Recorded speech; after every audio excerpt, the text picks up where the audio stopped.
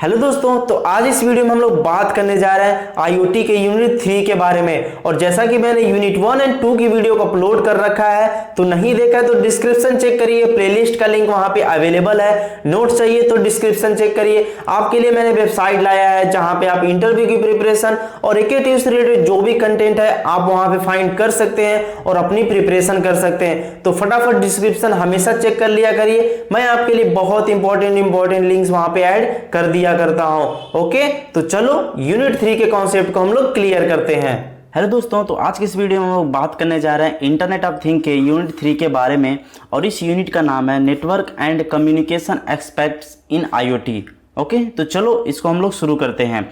तो इसको शुरू करने से पहले मैं एक चीज़ बता देता हूं कि अगर आप इंटरव्यू की प्रिपरेशन कर रहे हैं, जाहिर सी बात है आप इंजीनियरिंग कर रहे हो और आपको पाइथन, जावा, सी, एसक्यूएल प्रोग्रामिंग लैंग्वेज के इंटरव्यू की तैयारी करनी है, तो आप जाइए प्रोग्रामिंग लवर इंटरनेट पे सर्च करिए, गूगल प्ले स्टोर पे सर्च करिए, आपको ये एप्लीकेशन मिल जाएगा और ये बहुत हेल्प करेगा आपके इंटरव्यू प्रिपरेशन को लेके। मैंने ये आप लोगों के लिए बनाया है और अभी फिलहाल 5000 के ऊपर डाउनलोड्स इसको किए जा चुके हैं और लोग इसको यूज कर रहे हैं। तो आप भी जाओ अपना इंटरव्यू का प्रिपरेशन करो।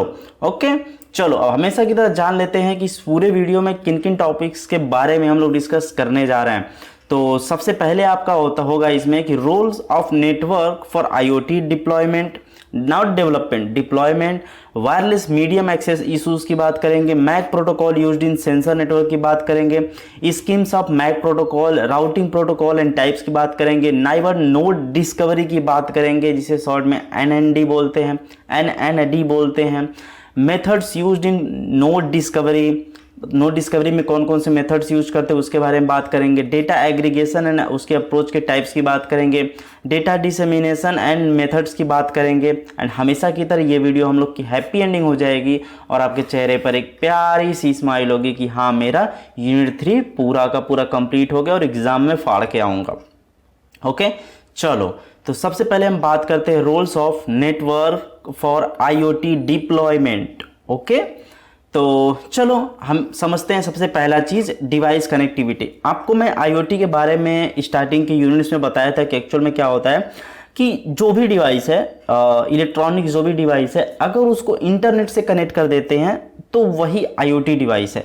आईओटी का फुल फॉर्म होता है इंटरनेट ऑफ थिंग्स, या कोई चीज़ है जो इंटरनेट से आपका इंटरनेट से कम्युनिकेट कर रही है, इंटरनेट से ऑपरेट हो रही है, तो आपकी आईओटी डिवाइस हो जाती है। जैसे कि हमारा एलेक्सा ले लो, एलेक्सा एक तरीके का आईओटी डिवाइस हो गया। आप अपने फ़ोन के इंटरनेट की मदद से आप क्या कर सकते हो, अगर आपका एसी जो घर में है वो इंटरनेट से कनेक्ट है तो वो भी एक आईओटी डिवाइस हो गया। आप ऑफिस में हो, घर की एसी देख सकते हो, ऑन ऑफ कर सकते हो, है ना।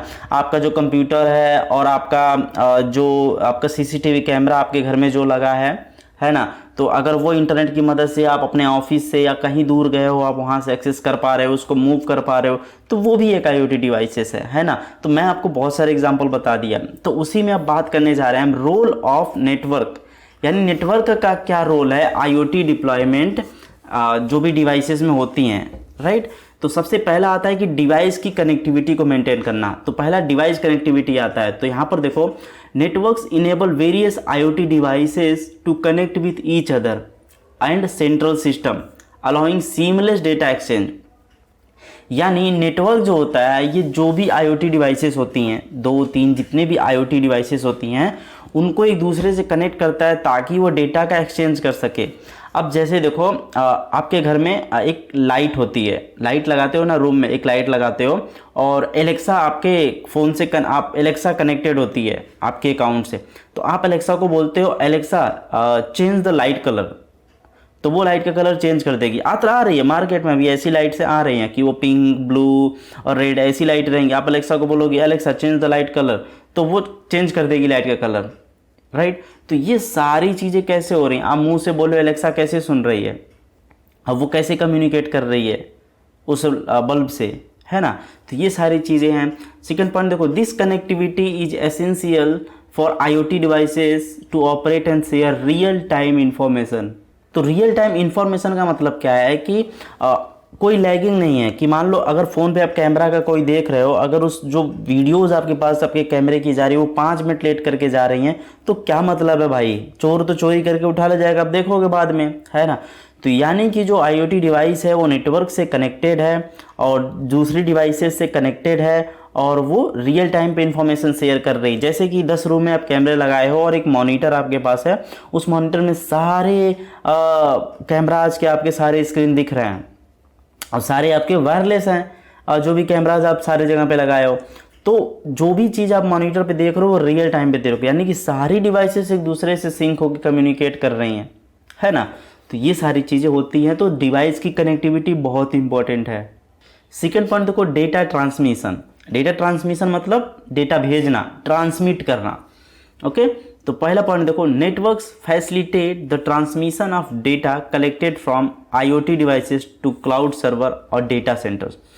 तो जो नेटवर्क्स क्या करता है कि जो डेटा का ट्रांसमिशन इसमें क्या है कि जो भी IoT डिवाइसेस होती हैं वो नेटवर्क उनसे डेटा को कलेक्ट करता है और एक क्लाउड सर्वर पर स्टोर करता है। जैसे कि आपके कैमराज की वीडियो, ऐसा तो नहीं है कि जब कैमरा चल रहा है तभी देख रहे हो, आप कल नहीं देख सकते, देख सकते हो ना। तो वो इंटरनेट की मदद से आपके जो भी कैमरास के जो भी CCTV कैमरा जो भी रिकॉर्ड कर रहा है वो आपके क्लाउड सर्वर पे कहीं ना कहीं जाके वो स्टोर किया जा रहा है ताकि इन फ्यूचर आप उसको एक्सेस कर सको।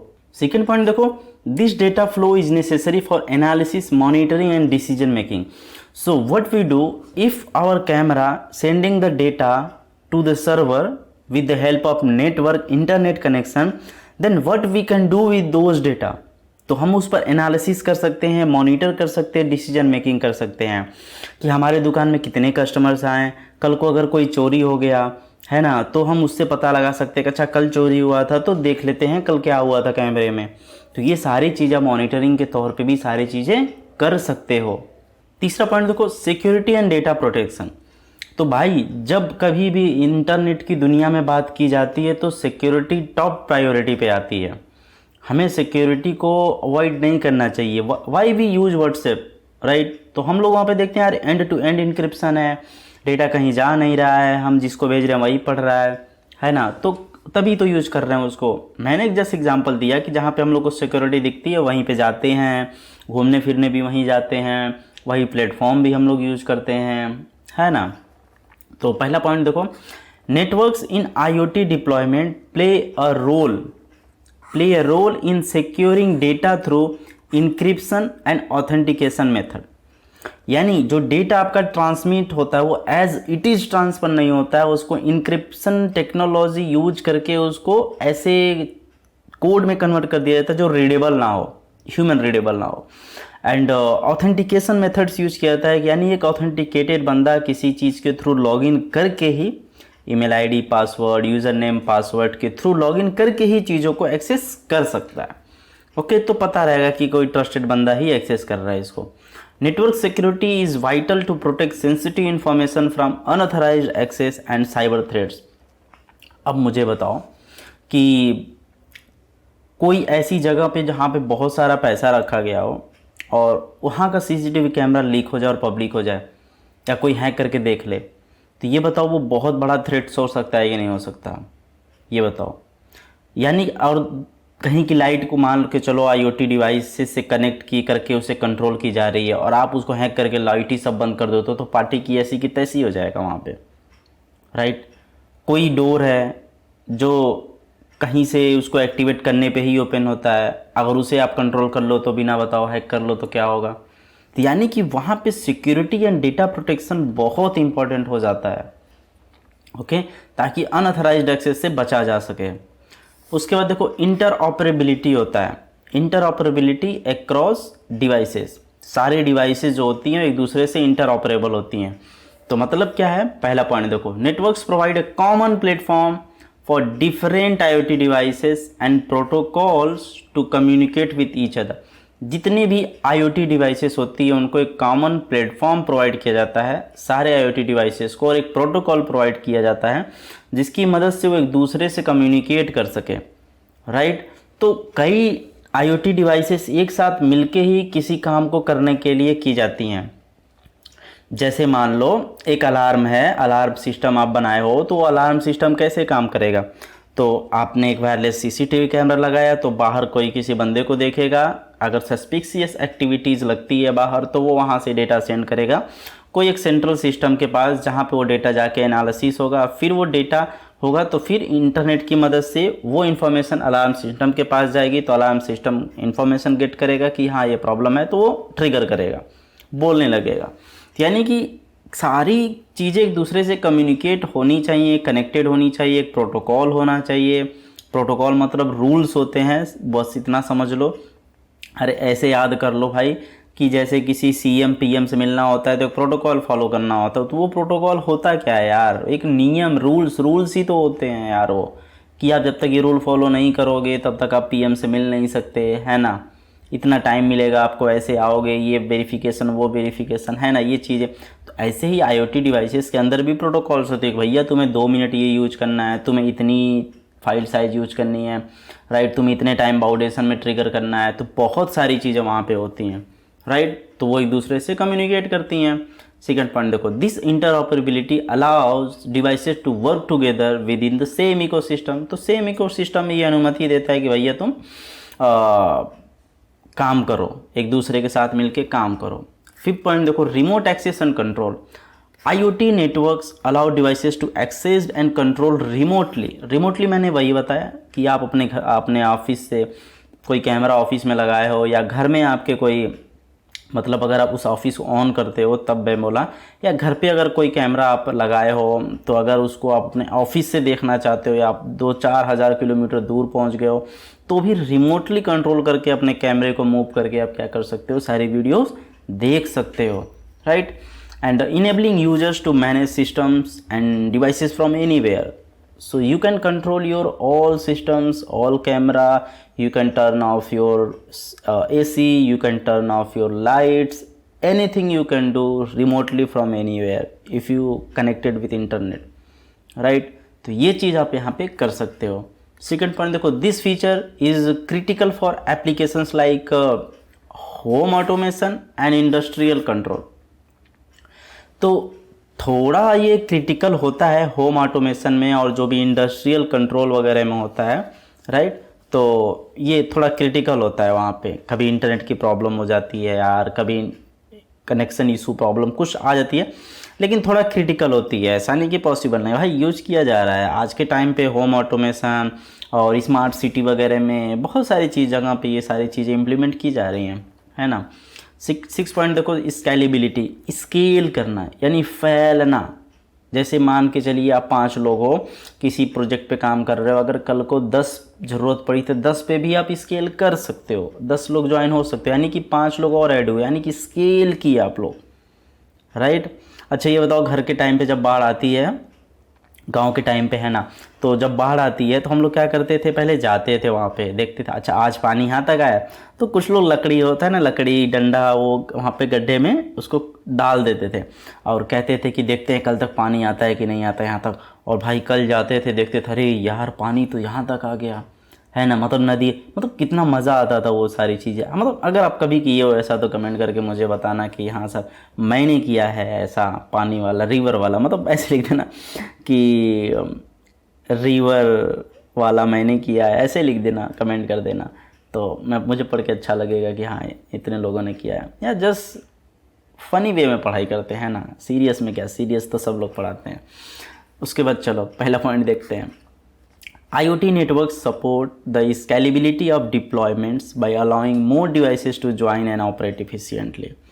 यानी कि 4 डिवाइसेस काम कर रही हैं कहीं पर, और अगर स्केलेबिलिटी वहाँ पे एग्जिस्ट करती है, उसका जो हायरार्की बनाया गया है, उसका जो सिस्टम बनाया गया है, उसमें और भी डिवाइसेस को एक्सटेंड करके उस चीज़ को फैलाया जा सके, है ना, तो वहाँ पे स्केलेबिलिटी होती है कि वहाँ पे और भी डिवाइसेस को कनेक्ट कर दिया जाए, तो वो भी डिवाइसेस एक दूसरे से सिंक हो जाएंगे। 4 डिवाइसेस काम कर रही हैं, 2 एक्स्ट्रा ऐड किए, तो वो भी सेम काम करेंगे बिना किसी प्रॉब्लम के।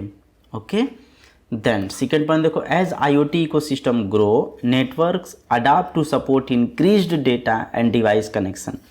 Increased data and device connection, वही बताया मैंने, अभी 2 डिवाइसेस काम कर रही हैं, अगर इसमें +1 ऐड कर दिए या 4 ऐड कर दिए तो भी वो डिवाइसेस 6 डिवाइसेस मिलके काम करनी चाहिए। और जब 4 डिवाइसेस ऐड करोगे तो भाई डेटा जो ट्रांसमिशन होगा वो इंक्रीज हो जाएगा, वो आपका इंक्रीज हो जाएगा डेटा ट्रांसमिशन। तो यानी वो सारी चीज़ों को अडॉप्ट करना चाहिए, इकोसिस्टम जो हो अडॉप्ट करना चाहिए उसको, तो वो स्केलेबिलिटी भी इसमें आती है। तो जो नेटवर्क का रोल होता है, ठीक है, IoT डिप्लॉयमेंट में, वहाँ पे ये स्केलेबिलिटी को भी इसका बहुत बड़ा रोल होता है। आई होप कि सारी चीज़ें आपको समझ में आई होंगी। देन अब बात करते हैं wireless medium access issue. Wireless medium access issues की बात करेंगे कि ये क्या होता है। ओके, चलो वायरलेस मीडियम एक्सेस इशूज़ में सबसे पहला पॉइंट इसको समझते कि होता क्या है। तो in wireless communication, wireless communication मतलब बिना तार, वायरलेस, ये देखो ये वायर है ये लेस है, ठीक है, वायरलेस बिना तार के जो कम्युनिकेशन हो उसी को वायरलेस कम्युनिकेशन कहते हैं। तो in wireless communication medium access issues refers to the challenges of allowing multiple devices to share the same communication channel or frequency without interference। तो मीडियम एक्सेस इशूज़ में क्या होता है कि इसमें एक चैलेंज को रेफ़र किया जाता है, ठीक है। तो इसमें क्या होता है, जो मल्टीपल डिवाइसेस होती हैं वो सेम कम्युनिकेशन चैनल को यूज करती हैं, राइट, सेम कम्युनिकेशन चैनल को, सेम केबल को समझ लो यूज करती हैं।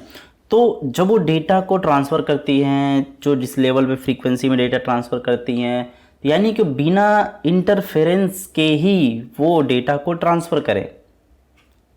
जो कम्युनिकेशन चैनल होता है वायर्ड भी होता है, मैं एग्जांपल के तौर पे समझा रहा हूँ, वायर्ड के थ्रू भी होता है, लेकिन अगर वायरलेस के थ्रू भी होता है तो वहाँ पे भी एक कम्युनिकेशन चैनल होती है भाई। ऐसा ना समझना कि वायर के अंदर ही होती, नहीं, वायरलेस के अंदर भी एक कम्युनिकेशन चैनल होती है जिसके थ्रू डेटा ट्रांसफ़र होता है। तो यानी कि जब वायरलेस कम्युनिकेशन हो तो वहाँ पे कोई इंटरफेरेंस वगैरह नहीं आना चाहिए, ताकि मल्टीपल डिवाइसेस डेटा वगैरह ट्रांसफ़र कर सके उस कम्युनिकेशन चैनल को यूज करके। Since wireless channels are shared, these issues can impact the efficiency and reliability of data transmission। तो जो वायरलेस चैनल्स होते हैं वो शेयर्ड होते हैं और किसी जगह सेंट्रलाइज नहीं होता। आप शेयर भी कर सकते हो, some credentials you can share with your friends, so they can also access the same CCTV cameras और सेम डिवाइसेस, राइट। सो जो ये इशूज़ है ये इम्पैक्ट कर सकता है एफिशिएंसी और रिलायबिलिटी को, दोनों को कर सकता है, राइट। तो सम की वायरलेस मीडियम एक्सेस इशू जो हैं वो हम चलो समझ लेते हैं। तो क्या क्या हैं, तो सबसे पहला आपका आता है कि हाफ डुप्लेक्स ऑपरेशन। जब हाफ डुप्लेक्स ऑपरेशन होता है तो वहाँ पे एक इशू आता है। तो क्या होता है कि इन हाफ डुप्लेक्स कम्युनिकेशन में जो होता है कि डिवाइस या तो डेटा को सेंड कर सकती है या तो डेटा को रिसीव कर सकती है, बट नॉट बोथ साइमल्टेनियसली, एक साथ, ध्यान देना, एक साथ वो ना तो डेटा रिसीव कर सकती है ना तो वो डेटा सेंड कर सकती है। Eight the same time the device only can send the data. जब सेंड कर ली, अभी वो खाली है, तब वो रिसीव करेगी, राइट। पहले ऐसे जाएगी, अब रास्ता क्लियर, इसका काम ख़त्म, फिर ये उससे डेटा रिसीव कर सकती है। ऐसा नहीं है सेम टाइम पे ऐसे डेटा जा रहा है फिर ऐसे डेटा आ रहा है, ऐसा नहीं है। हाफ डुप्लेक्स में यही होता है। तो क्या होता है, they switch between sending end receiving which can lead to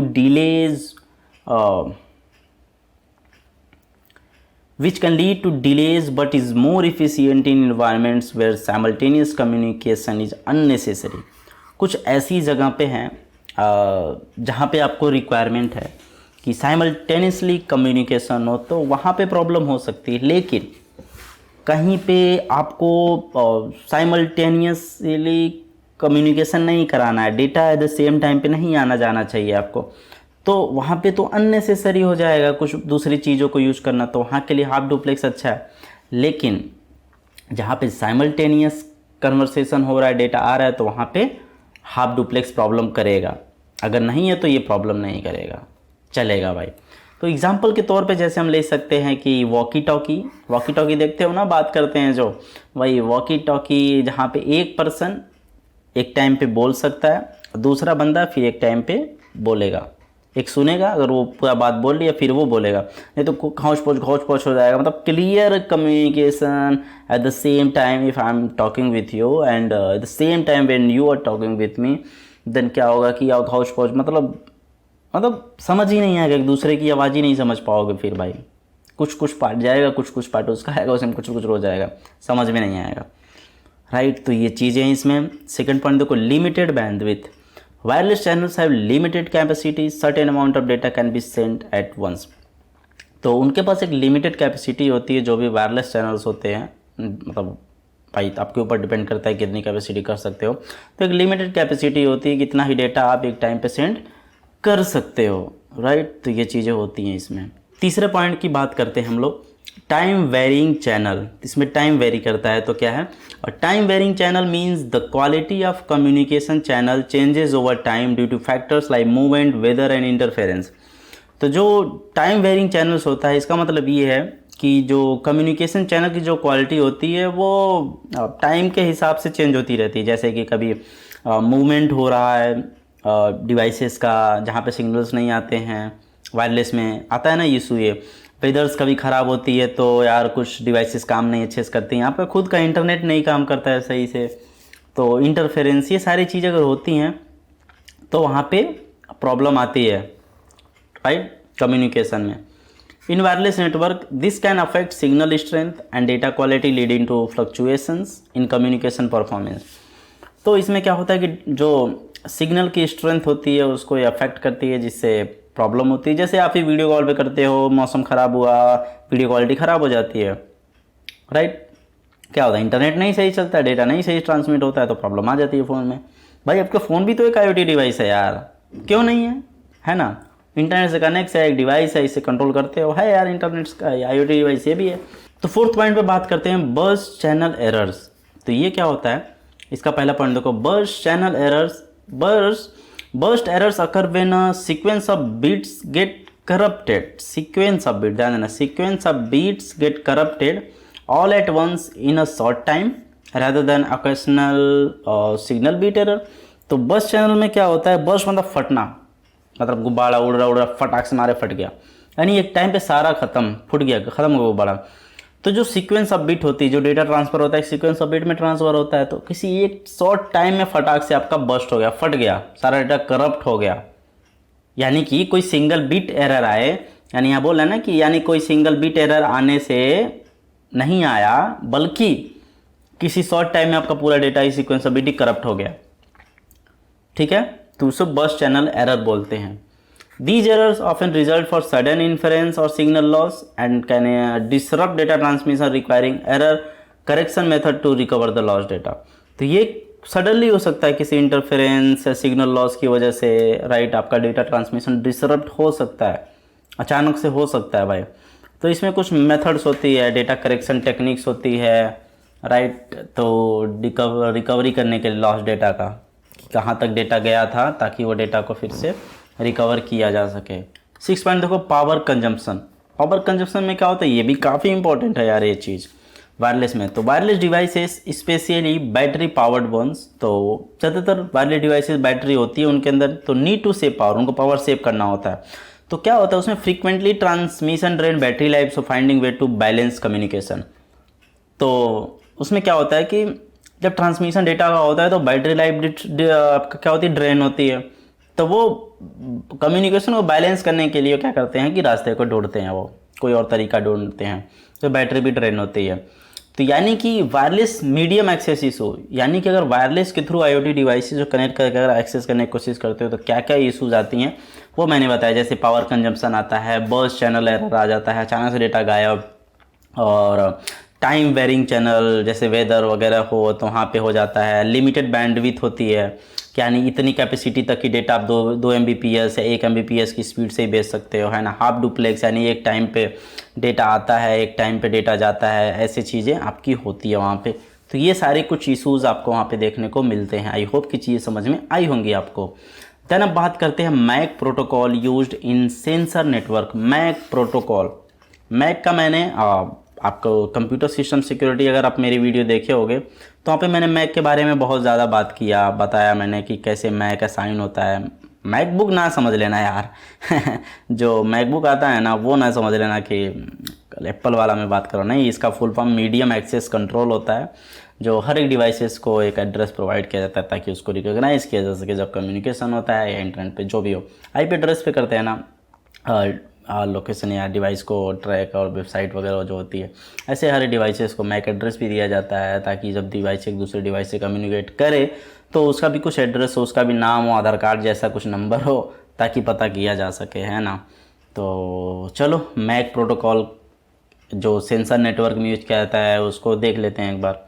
तो उसके पहले बात कर लेते हैं इस चैनल के बारे में। वीडियो अच्छी लग रही है तो यार प्लीज़ लाइक करो, चैनल को सब्सक्राइब नहीं किए हो तो यार प्लीज़ सब्सक्राइब करो। इस वेबसाइट पे जाओ जहाँ पे रिसोर्सेस अवेलेबल है, नोट्स हैं, डिस्क्रिप्शन में नोट्स का लिंक अवेलेबल है, तो वहाँ से नोट्स जाके डाउनलोड करो, या यो भी गूगल प्ले स्टोर पे एप्लीकेशन है उसको डाउनलोड करो, जहाँ पे आपके बहुत सारे रिसोर्सेस, नोट्स वगैरह सब कुछ आपको मिल जाएंगे। तो सबके लिंक आपको डिस्क्रिप्शन में अवेलेबल है, तो जाइए करिए। And one request to all of you, comment करो यार कि this video is helpful for me, मुझे बहुत अच्छा लगेगा कि हाँ आप लोगों की वीडियो हेल्पफुल लग रही है, देन मैं आपके लिए वीडियो ज़रूर बनाऊंगा आगे की। ओके देन चलो सबसे पहला बात करते हैं कंटेंशन बेस्ड प्रोटोकॉल। तो कंटेंशन बेस्ड प्रोटोकॉल क्या होता है? तो जो कंटेंशन बेस्ड प्रोटोकॉल होता है इसमें जो नोड्स होते हैं वो compete करते हैं कम्युनिकेशन चैनल को एक्सेस करने के लिए। ठीक, तो जो कम्युनिकेशन चैनल मान लो ये है, ये मान लो कम्युनिकेशन चैनल है, मैं CH लिख देता हूँ, मैं CH लिख देता, कम्युनिकेशन चैनल लिख देता हूँ मैं। तो इस पे जो नोड्स होते हैं वो compete करते हैं इस कम्युनिकेशन चैनल पे। ओके, तो ये एक तरह का प्रोटोकॉल होता है। तो जो नोड्स होते हैं वो क्या है, ये नोड्स क्या है, ये नोड्स समझ लो डिवाइसेस, एक डिवाइसेस है, मान के चलो 4 CCTV कैमराज, एक फ़ोन समझ लो, एक CCTV कैमरा समझ लो, है ना। तो ये सारे नोड्स होते हैं, एक एक नोड्स होते हैं।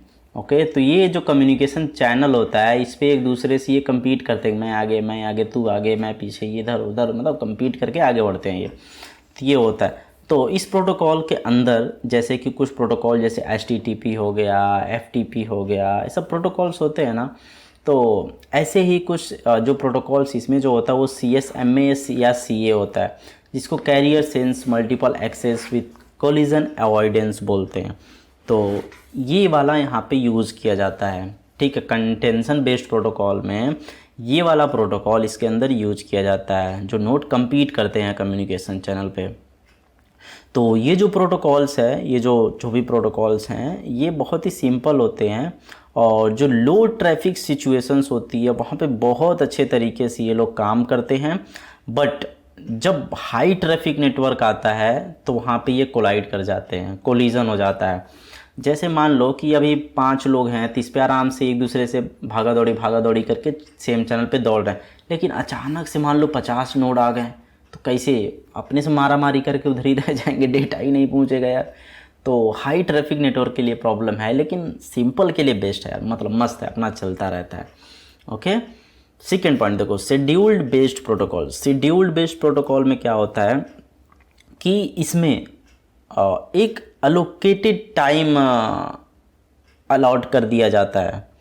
ठीक है, कि इस स्पेसिफिक टाइम स्लॉट के अंदर ही और इस फ्रीक्वेंसी बैंड पे ही जितने भी नोड हैं उनको काम करना है ना, ताकि जो कोलिजन की प्रॉब्लम थी ओके वो आपकी यहाँ पे बचाई जा सके। तो जैसे कि इसमें हम लोग 50 का नाम ले रहे थे, 50 बोल रहे थे ना, 50 अचानक से आ जाएं तो क्या होगा, मतलब भाई एक दूसरे से भागा दौड़ी में परेशान हो जाएंगे। अब 50 आ गए तो सबको 1-1 मिनट का टाइम अलॉट कर दो, भाई 1 मिनट तुम आगे बढ़ोगे, फिर पीछे वाला आएगा, फिर वो 1 मिनट आगे बढ़ेगा, ऐसे 1-1 minute based upon the priority, जिसको जो भी होगा।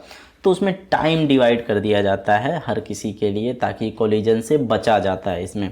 तो इसके लिए हम लोग TDMA का यूज करते हैं, प्रोटोकॉल होता है ये, जिसका full form time division multiple access, इसके फुल फॉर्म से आपको पता चल गया।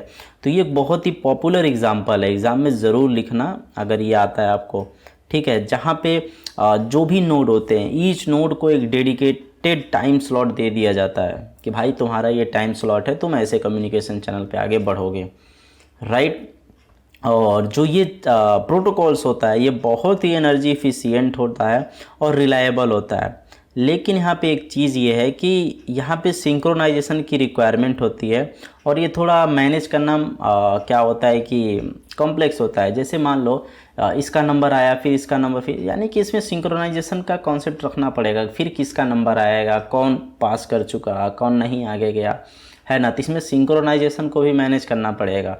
और भाई इस वाले में तो भाई छोड़ दो, सब जैसे बैल होता है ना, बैल के गले में से पट्टा निकाल दो, छोड़ दो, कौन बैल किसको मारे, कैसे भागे, भाग रहा है बस, है ना।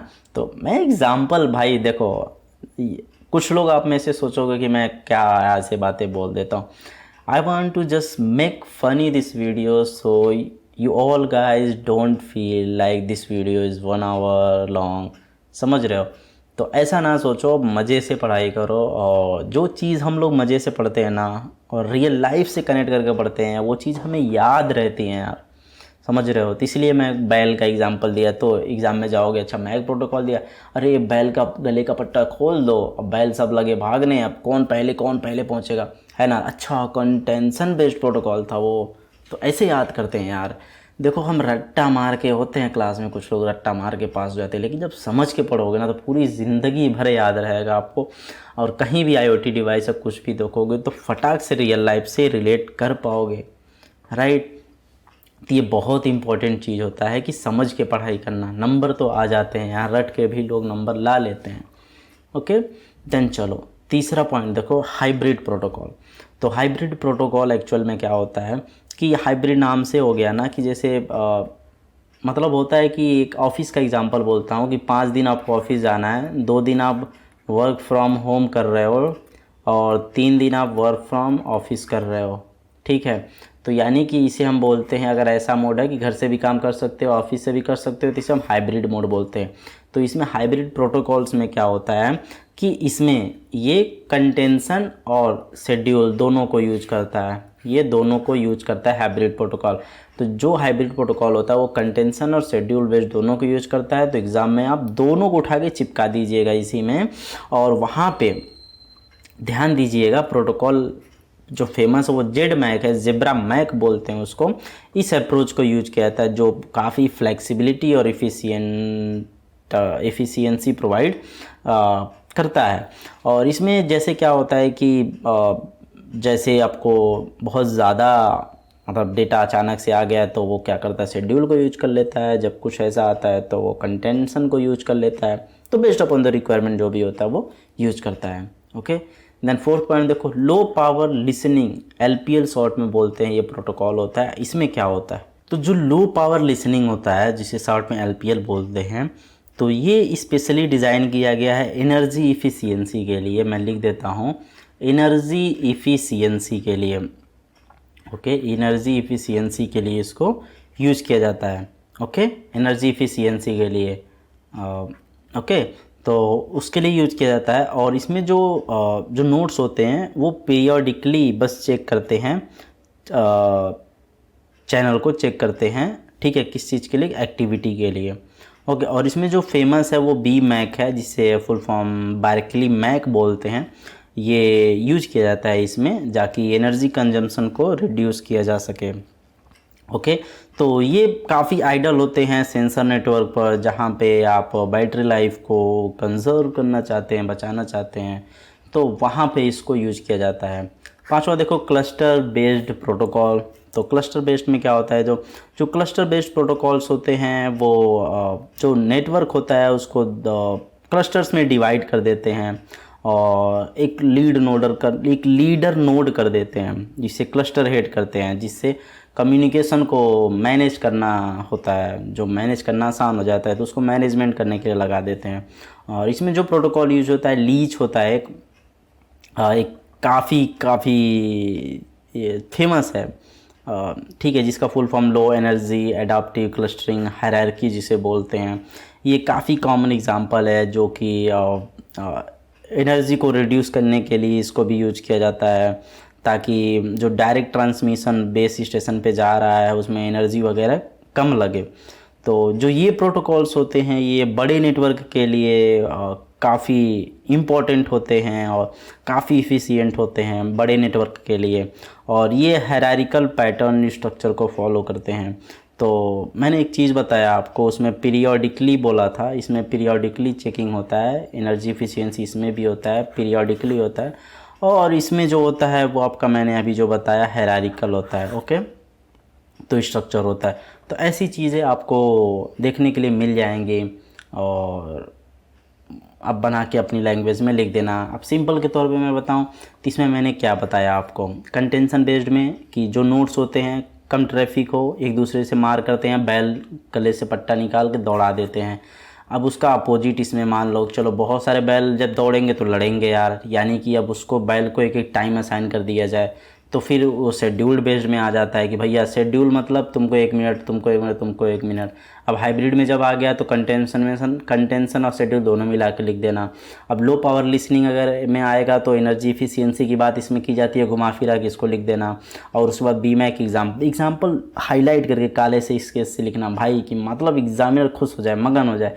क्लस्टर बेस्ड में इसमें भी आपका होता है, और इसमें एक मेन हेड बना दिया जाता है, मतलब मेन क्लस्टर हेड बना दिया जाता है जिसकी मदद चीज़ें होती हैं। और इसमें एनर्जी एफिशिएंसी का इसमें भी बात किया गया है, इसमें भी चीज़ें होती हैं भाई, एनर्जी एफिशिएंसी की बात इसमें भी आपका होता है। तो ये सारी चीज़ें आपका मैंने बताया, आई होप की चीज़ें याद होंगी। और मैंने याद करने के लिए हेडिंग बताया था कि सब लेटर का पहला लेटर CSHLC, तो यानी कि ये ऐसे याद करने का एक तरीका होता है, शॉर्ट बना लो और इन सबको मिला के एक क्या बोलते हैं कि एक ऐसा वर्ड बना लो जो आपको याद हो।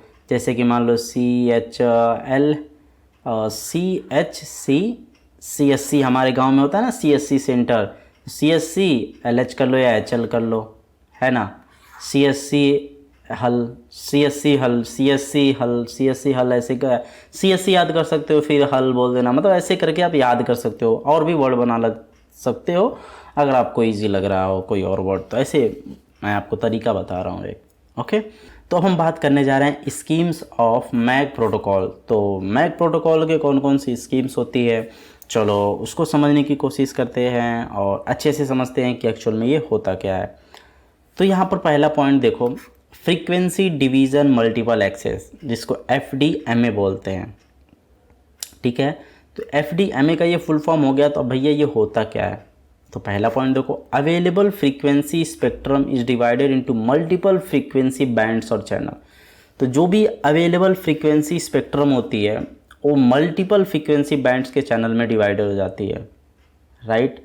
यानी कि मान लो ये आपका FSF फ्रीक्वेंसी स्पेक्ट्रम है, अकेला है, यानी कि इसको फिर मल्टीपल फ्रीक्वेंसी बैंड्स चैनल में डिवाइड कर दिया जाता है। Okay, then second point, each device is assigned unique frequency band and can use it continuously without interference. यानी जो ये वाला है, ये वाला, ये वाला, ये वाला, ईच जो फ्रीक्वेंसी बैंड होता है FB, ईच फ्रीक्वेंसी बैंड्स होता है, ठीक है, assigned to unique frequency band, जो ईच डिवाइस होती है, हर एक डिवाइस है, इसको ईच डिवाइस ED लिख देता हूँ। तो जो फ्रीक्वेंसी आपकी स्पेक्ट्रम है वो आपकी डिवाइड हो जाती है मल्टीपल फ्रीक्वेंसी बैंड में, और ये जो एक फ्रीक्वेंसी बैंड होती है जो हर एक डिवाइसेस को असाइन हो जाती है, जिससे वो कंटिन्यूसली विदाउट किसी इंटरफेरेंस को उसको यूज करते हैं। Since devices operate on separate frequencies, जो डिवाइसेस होती है सेपरेट फ्रीक्वेंसी पे अगर वो ऑपरेट करती हैं, so they can transmit data simultaneously without colliding. यानी कि अब वो जो डेटा ट्रांसफ़र है, अब वो बिना कोलाइड किए ही ट्रांसफ़र कर सकते हैं। अब बताओ, मैं अगर किसी एक रास्ते पे ही 4 लोगों को छोड़ दूँ दौड़ने के लिए, तो जाहिर सी बात है कि सामने वाला बंदा अगर पीछे वाला तेज़ से दौड़ रहा है तो सामने वाले को ढकेल के गिरा के ही आगे बढ़ेगा, अगर साइड से जाने की जगह नहीं है तो। लेकिन अगर मैं चारों को 4 रास्ते दे देता हूँ और फिर बोलता हूँ कि भाई 1 2 3 4 तुम ऐसे ऐसे दौड़ो, तो सबका अपना अपना हो गया, कहीं कोलाइड नहीं होगा ना। तो ऐसे ही हर एक डिवाइस को एक एक फ्रीक्वेंसी असाइन कर दी जाती है, जिससे कोलिजन नहीं होता है, समझ रहे हो। तो इससे कोलिजन नहीं होता है। तो वहीं पे फ्रीक्वेंसी डिवीज़न मल्टीपल एक्सेस, यानी फ्रीक्वेंसी का डिवीज़न कर देना और मल्टीपल एक्सेस, यानी जो भी डिवाइसेस है सबको अलग अलग एक्सेस दे देना, मल्टीपल एक्सेस। तो यही FDMA होता है। तो कुछ प्रोटोकॉल्स होते हैं, कुछ तरीका होता है जिससे अभी देखो कोलिजन चीज़ें वगैरह नहीं होंगी। तो कुछ की पॉइंट्स होते हैं जो हमें बहुत ज़्यादा ध्यान देने होते हैं। ओके, तो जैसे कि देखो, good for constant low data rate transmission, ये कांस्टेंट होता है। अगर आपको एक कांस्टेंट ट्रांसमिशन चाहिए तो वहाँ पे ये बहुत अच्छा होता है। और लो डेटा रेट ट्रांसमिशन यहाँ पे होता है आपका। सेकेंड पॉइंट देखो, रिक्वायर्स केयरफुल फ्रीक्वेंसी मैनेजमेंट, यानी जो भी डिवाइसेस हैं जिसको फ्रीक्वेंसी असाइन हो रही है, बहुत ध्यान तरीके से उसको मैनेज करना होता है, सब कुछ करना होता है, राइट। तो ये बहुत ही इम्पोर्टेंट होती है। Less flexible if more devices join as it relies on a fixed frequency assignment, यानी कि ये काफ़ी लेस फ्लेक्सिबल हो जाता है अगर ज़्यादा डिवाइसेस ज्वाइन करती हैं। जैसे मान लो कि स्पेक्ट्रम है, उसमें बहुत सारे आप पाथ बनाए, अब उसी में से बहुत ज़्यादा पाथ लगोगे, सबको एक एक असाइन करने, तो यानी कि ज़्यादा असाइन करोगे तो ज़्यादा लोड पड़ेगा, तो है ना। तो यहाँ पे थोड़ा कम फ्लेक्सिबल रहता है ये, ठीक है। तो यहाँ पे देखो, यहाँ पे फ्रीक्वेंसी है, यहाँ पे टाइम है, ये यूज़र जे है, ये यूज़र के है। तो मान के चलो ये फ्रीक्वेंसी है और ये टाइम है, ये इधर से बढ़ रहे हैं। मान लो इसको फ्रीक्वेंसी 2.1 दे दी गई या इसको 2.3 दे दी गई, तो ये 2.1 फ्रीक्वेंसी से आगे बढ़ रहा है, ये 2.3 पर ही यूज करेगा, इसी पे जाएगा, तो कोलिजन नहीं होगा, है ना। तो ये सारी चीज़ें यहाँ पे की गई हैं। तो सेकंड पॉइंट देखो, टाइम डिवीज़न मल्टीपल एक्सेस, तो इसमें कहीं ना कहीं टाइम डिवीज़न की बात की जा रही है। अभी पीछे हमने फ्रीक्वेंसी डिवीज़न का बात किया, फ्रीक्वेंसी डिवाइड किया गया था। तो यहाँ पे नीचे भी देख रहे हो, सेम डायग्राम मैंने वही फ्रीक्वेंसी और टाइम का बनाया है, लेकिन इसमें ऊपर ऐसे वो ऐसे था, अभी ये ऐसे हो गया, ये वाला है ना। तो अभी पहले ऊपर देख लो क्या चीज़ें हैं। तो इन TDM में time is divided into fixed slot, ये ध्यान देना। तो जो टाइम होता है वो फिक्स्ड स्लॉट में डिवाइड हो जाता है, and each device is allocated a specific time slot to transmit data, ठीक है। एक डिवाइस को स्पेसिफिक टाइम अलॉट हो जाता है कि भैया तुम 1 मिनट तुम डेटा ट्रांसमिट करोगे, अच्छा 2 मिनट तुम करोगे, फिर 1.5 मिनट तुम करोगे, ऐसे स्पेसिफिक टाइम उनको अलॉट कर दिया जाता है। सेकेंड पॉइंट देखो, devices take turns to send data during their assigned slot avoiding interference, तो यानी कि जब उनका बारी आता है तो वो टर्न्स लेती हैं और अपने असाइंड स्लॉट में काम करती हैं और डेटा ट्रांसमिट करती हैं, जिससे इंटरफेरेंस वगैरह नहीं होता है। TDM is commonly used in synchronized network where devices need to conserve energy by only activating during their slots, यानी देखो ये कॉमनली सिंक्रोनाइज नेटवर्क में किया जाता है और इसमें जो डिवाइसेस की एनर्जी होती है उन्हें कंजर्व किया जाता है और तभी वो एक्टिवेट हो जब उनका टाइम स्लॉट है ना। मान लो यार किसी के दूसरे का 10 मिनट बाद आ रहा है और 10 मिनट तक चालू करके उसे रखोगे तो क्या मतलब, उसकी एनर्जी वेस्ट होगी ना। अब मुझे बताओ, ट्रैफिक में पता चल गया आपको 10 मिनट तक ट्रैफिक हटने वाला नहीं है, तो क्या अपनी गाड़ी को ऑन करके फालतू का तेल जला रहे हो, बंद कर दो उसको, भैया तेल बचेगा। तो वही यहाँ पे भी चीज़ें हैं कि एनर्जी को बचाना। ओके, की पॉइंट्स देखो यहाँ पे, पहला पॉइंट देखो, efficient in terms of power, ये पावर के टर्म में बहुत इफिशियंट होता है। And as devices can sleep when not in their slot, वही मैंने ट्रैफिक वाला एग्जांपल जो दिया वही है। Requires precise synchronization to avoid collision, तो सारे डिवाइसेस एक दूसरे से, मतलब जो भी डिवाइसेस वो एक दूसरे से सिंक होनी चाहिए कि भैया उसका टाइम ख़त्म होने वाला है, अच्छा इसका टाइम आने वाला है, ताकि कोलिजन को अवॉइड किया जा सके। Suited for networks with predictable data transmission pattern, तो वहीं पे ये सूटेबल है जहाँ पे आपको पता हो कि डेटा ट्रांसमिशन किस तरीके से होगा, किस टाइम पे क्या होगा, कैसे होगा, वहीं पे ये काफ़ी सूट करता है। तो यहाँ पर एक डायग्राम देखो, ये यहाँ पे फ्रीक्वेंसी है और यहाँ पे टाइम का दिया गया है। तो ये ऐसी चीज़ें है क्या, और ये देखो गार्ड बैंड्स हैं। तो इसको इमेजिन करो, एक लेन है, एक हाईवे का लेन है जिस पे एक ही रास्ता है, एक ही रास्ते सबको जाना है। User A B C D 4 users हैं, तो अब इनको एक टाइम स्लॉट हो जाएगा कि भैया 4 मिनट तुम चलोगे, 3 मिनट तुम चलोगे, 2 मिनट तुम, 1 मिनट तुम, राइट। तो ये लोग इस पे आ जाएंगे, फिर एक होगा, फिर ये इधर हो जाएगा, फिर अब बोलेगा भैया B वाले का तुम 4 मिनट चल चुके, अब B वाले का टर्न आ गया, तो B वाला यहाँ पर चलेगा टर्न, फिर C वाला भैया मेरा टर्न आ गया, फिर वो आएगा 2 मिनट तक आगे चलेगा, यानी फिर वो चल के साइड हो जाएगा थोड़ा मान लो, फिर उसके बाद वो आगे चलेगा, ऐसे ऐसे कर करके ये लोग अपना चलते रहेंगे, राइट। टाइम अलॉट, जिस हिसाब से टाइम अलॉट रहेगा। ओके, आई होप कि चीज़ समझ में आई होंगी आपको। देन अब बात करते हैं code division multiple access CDMA के बारे में बात करेंगे। तो इसमें क्या होता है, in CDMA all devices transmit simultaneously over the same frequency but use unique code to distinguish their data. ये सेम फ्रीक्वेंसी पे ही चलती हैं लेकिन ये यूनिक कोड को यूज करती हैं ताकि वो डेटा को डिस्टिंग्विश कर सके। ओके, तो यहाँ पर देखो each devices signal is spread across the frequency spectrum, जो भी फ्रीक्वेंसी स्पेक्ट्रम होती है उस पर स्प्रेड कर दी जाती है using a specific code allowing multiple signals to coexist without interference. Okay, तो मल्टीपल सिग्नल्स को ये अलाउ करते हैं, विदाउट इंटरफेरेंस एग्जिस्ट करते हैं वो सब। The receiver identifies the data bye decoding it, जो रिसीवर होता है वो इसको डिकोड करके आइडेंटिफाई करता है डेटा को कि क्या है with the same code used by the transmitter. मतलब जो ट्रांसमीटर जो कोड यूज करता है, जो रिसीवर होता है वो सेम कोड से करते हैं। की पॉइंट देखो, highly efficient in terms of spectrum usage, जब स्पेक्ट्रम का यूज होता है तो वहाँ पे हाईली इफिशिएंट होता है। Allow simultaneous transmission but require complex processing, भैया साइमल्टेनियस होता है तो कॉम्प्लेक्स प्रोसेसिंग तो होगा ही ना। थर्ड नंबर, तो commonly use in cellular network for handling many users in the same frequency. Cellular network, अरे भैया जो हम लोग यूज करते हैं वही तो सेलुलर नेटवर्क है। और 2G स्पेक्ट्रम 3G स्पेक्ट्रम का नाम सुने हो? कोई राजनीति वाला फंसा था इसमें, तो अभी कुछ दिमाग में घुस रहा है। 2G 3G स्पेक्ट्रम, तो यही होता है, कंपनियां खरीदती हैं स्पेक्ट्रम, राइट, कि इस फ्रीक्वेंसी पे ये काम करेगी जियो कंपनी, इस पे एयरटेल काम करेगी, ये सारी चीज़ें बिकती हैं यार, ठीक है। तो सेलुलर नेटवर्क पे कॉमनली इस तरीके से इसको यूज किया जाता है ताकि many users in the same frequency पे बहुत सारे यूजर्स को हैंडल किया जा सके, राइट। तो जो इसमें डायग्राम है, यहाँ पे देखो टाइम है, ये फ्रीक्वेंसी है, ये कोड है।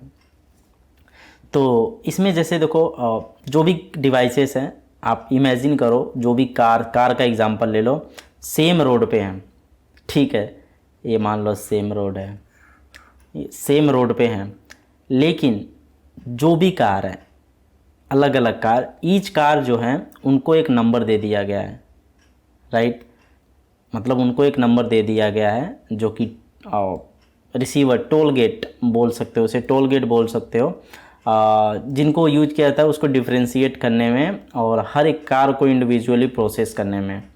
ओके, तो जैसे बोल दिया गया कि इस रास्ते से, सेम रास्ता है, ठीक है, सेम रोड है और इसी रास्ते पे जाना है, और उसको एक टोल गेट दे दिया गया, भैया तुम इस रोड पे चले जाओगे, तुम्हारा ये टोल गेट है, तो उस पे चली जाएगी। फिर दूसरा वाला कार होगा तो डिवाइस जो होगी वो उस रोड पे उसी रोड पे जाएगी, उसका टोल गेट या उसका जो नंबर होगा, और रिसीवर जो होगा, टोल गेट मतलब यार रिसीवर, टोल गेट मतलब रिसीवर, जो वही जहाँ पे टोल टैक्स वसूला जाता है, ठीक। तो वैसे ही दिमाग में इमेजिन करो, जो डिवाइसेस होती हैं वो जाएंगी आपका रिसीवर्स के पास, मतलब टोल गेट के पास आपकी पहुंच जाएंगी वहाँ पे, ठीक है। तो इंडिविजुअली ये प्रोसेस किया जाता है ताकि उनको डिफ्रेंशिएट भी किया जा सके इस टोल गेट से। ओके, तो जो टोल गेट होता है वो कोड को यूनिक आइडेंटिफायर जो मैंने बोला असाइन होता है ना हर एक डिवाइसेस को, उसी की मदद से जो टोल गेटर होता है या जो रिसीवर होता है वो उसको आइडेंटिफाई करता है। ओके, आई होप की चीज़ आपको समझ में आई होंगी। जैसे देखो ये कोड हो गया, ये फ्रीक्वेंसी, ये कोड, तो कोड के बेस पे वो रिसीवर उसको आइडेंटिफाई करता है यूनिक कोड के बेस पे। ओके, आई होप की चीज़ें आपको समझ में आई होंगी। तो दोस्तों अब हम बात करने जा रहे हैं राउटिंग प्रोटोकॉल्स एंड इसके टाइप्स के बारे में कि ये होता क्या, ये राउटिंग प्रोटोकॉल क्या होता है। ओके, तो चलो राउटिंग के प्रोटोकॉल को समझते हैं, देन इसके बाद इसके टाइप्स की बात करेंगे। तो पहला पॉइंट देखो, routing protocols are essential for managing how data is transmitted from sensor node to central base station और सिंक। यानी जो भी सेंसर्स हैं, मान लो ये सेंसर्स लगे हैं, ये मान लो सारे सेंसर्स हैं, ठीक है, इन सारे सेंसर से डेटा को कैसे ट्रांसमिट किया जाता है एक बेस स्टेशन के पास, ये बेस स्टेशन के पास कैसे डेटा ट्रांसमिट किया जाता है, वो सारी चीज़ें राउटिंग प्रोटोकॉल उसके लिए बहुत ही अनिवार्य होता है और बहुत ही महत्वपूर्ण होता है, ठीक है, आवश्यक होता है। उसको कैसे मैनेज करना, वो सारी चीज़ें राउटिंग प्रोटोकॉल में होती है। सेकंड पॉइंट देखो, routing protocols are design to handle limited power ये इस तरीके से डिज़ाइंड होते हैं कि ये लिमिटेड पावर को हैंडल करते हैं। Memory, computational resources in sensor network, जो भी सेंसर नेटवर्क्स में रिसोर्सेज, कंप्यूटेशनल रिसोर्सेज हो गई, मेमोरी, अनलिमिटेड पावर, इन सारी चीज़ों को हैंडल करते हैं कि ताकि कम से कम रिसोर्सेज वगैरह लगे वहाँ पे। अब इसके बाद टाइप्स की बात करते हैं कि ये कौन कौन से इसके टाइप्स होते हैं। तो सबसे पहला आपका आता है flat based routing protocol. Okay, तो ये क्या होता है? तो फ्लैट बेस्ड जो राउटिंग होती है, इसमें जो भी नेटवर्क्स में जो नेटवर्क्स होता है उसमें जितने सारे जो नोड्स होते हैं वो एक सिमिलर रोल को प्ले करते हैं, सिमिलर रोल प्ले करते हैं, राइट। और जो बिना किसी स्पेसिफिक हायरार्की के वो रूट पे कोऑपरेट करते हैं, ठीक है, जितने भी नोड्स होते हैं।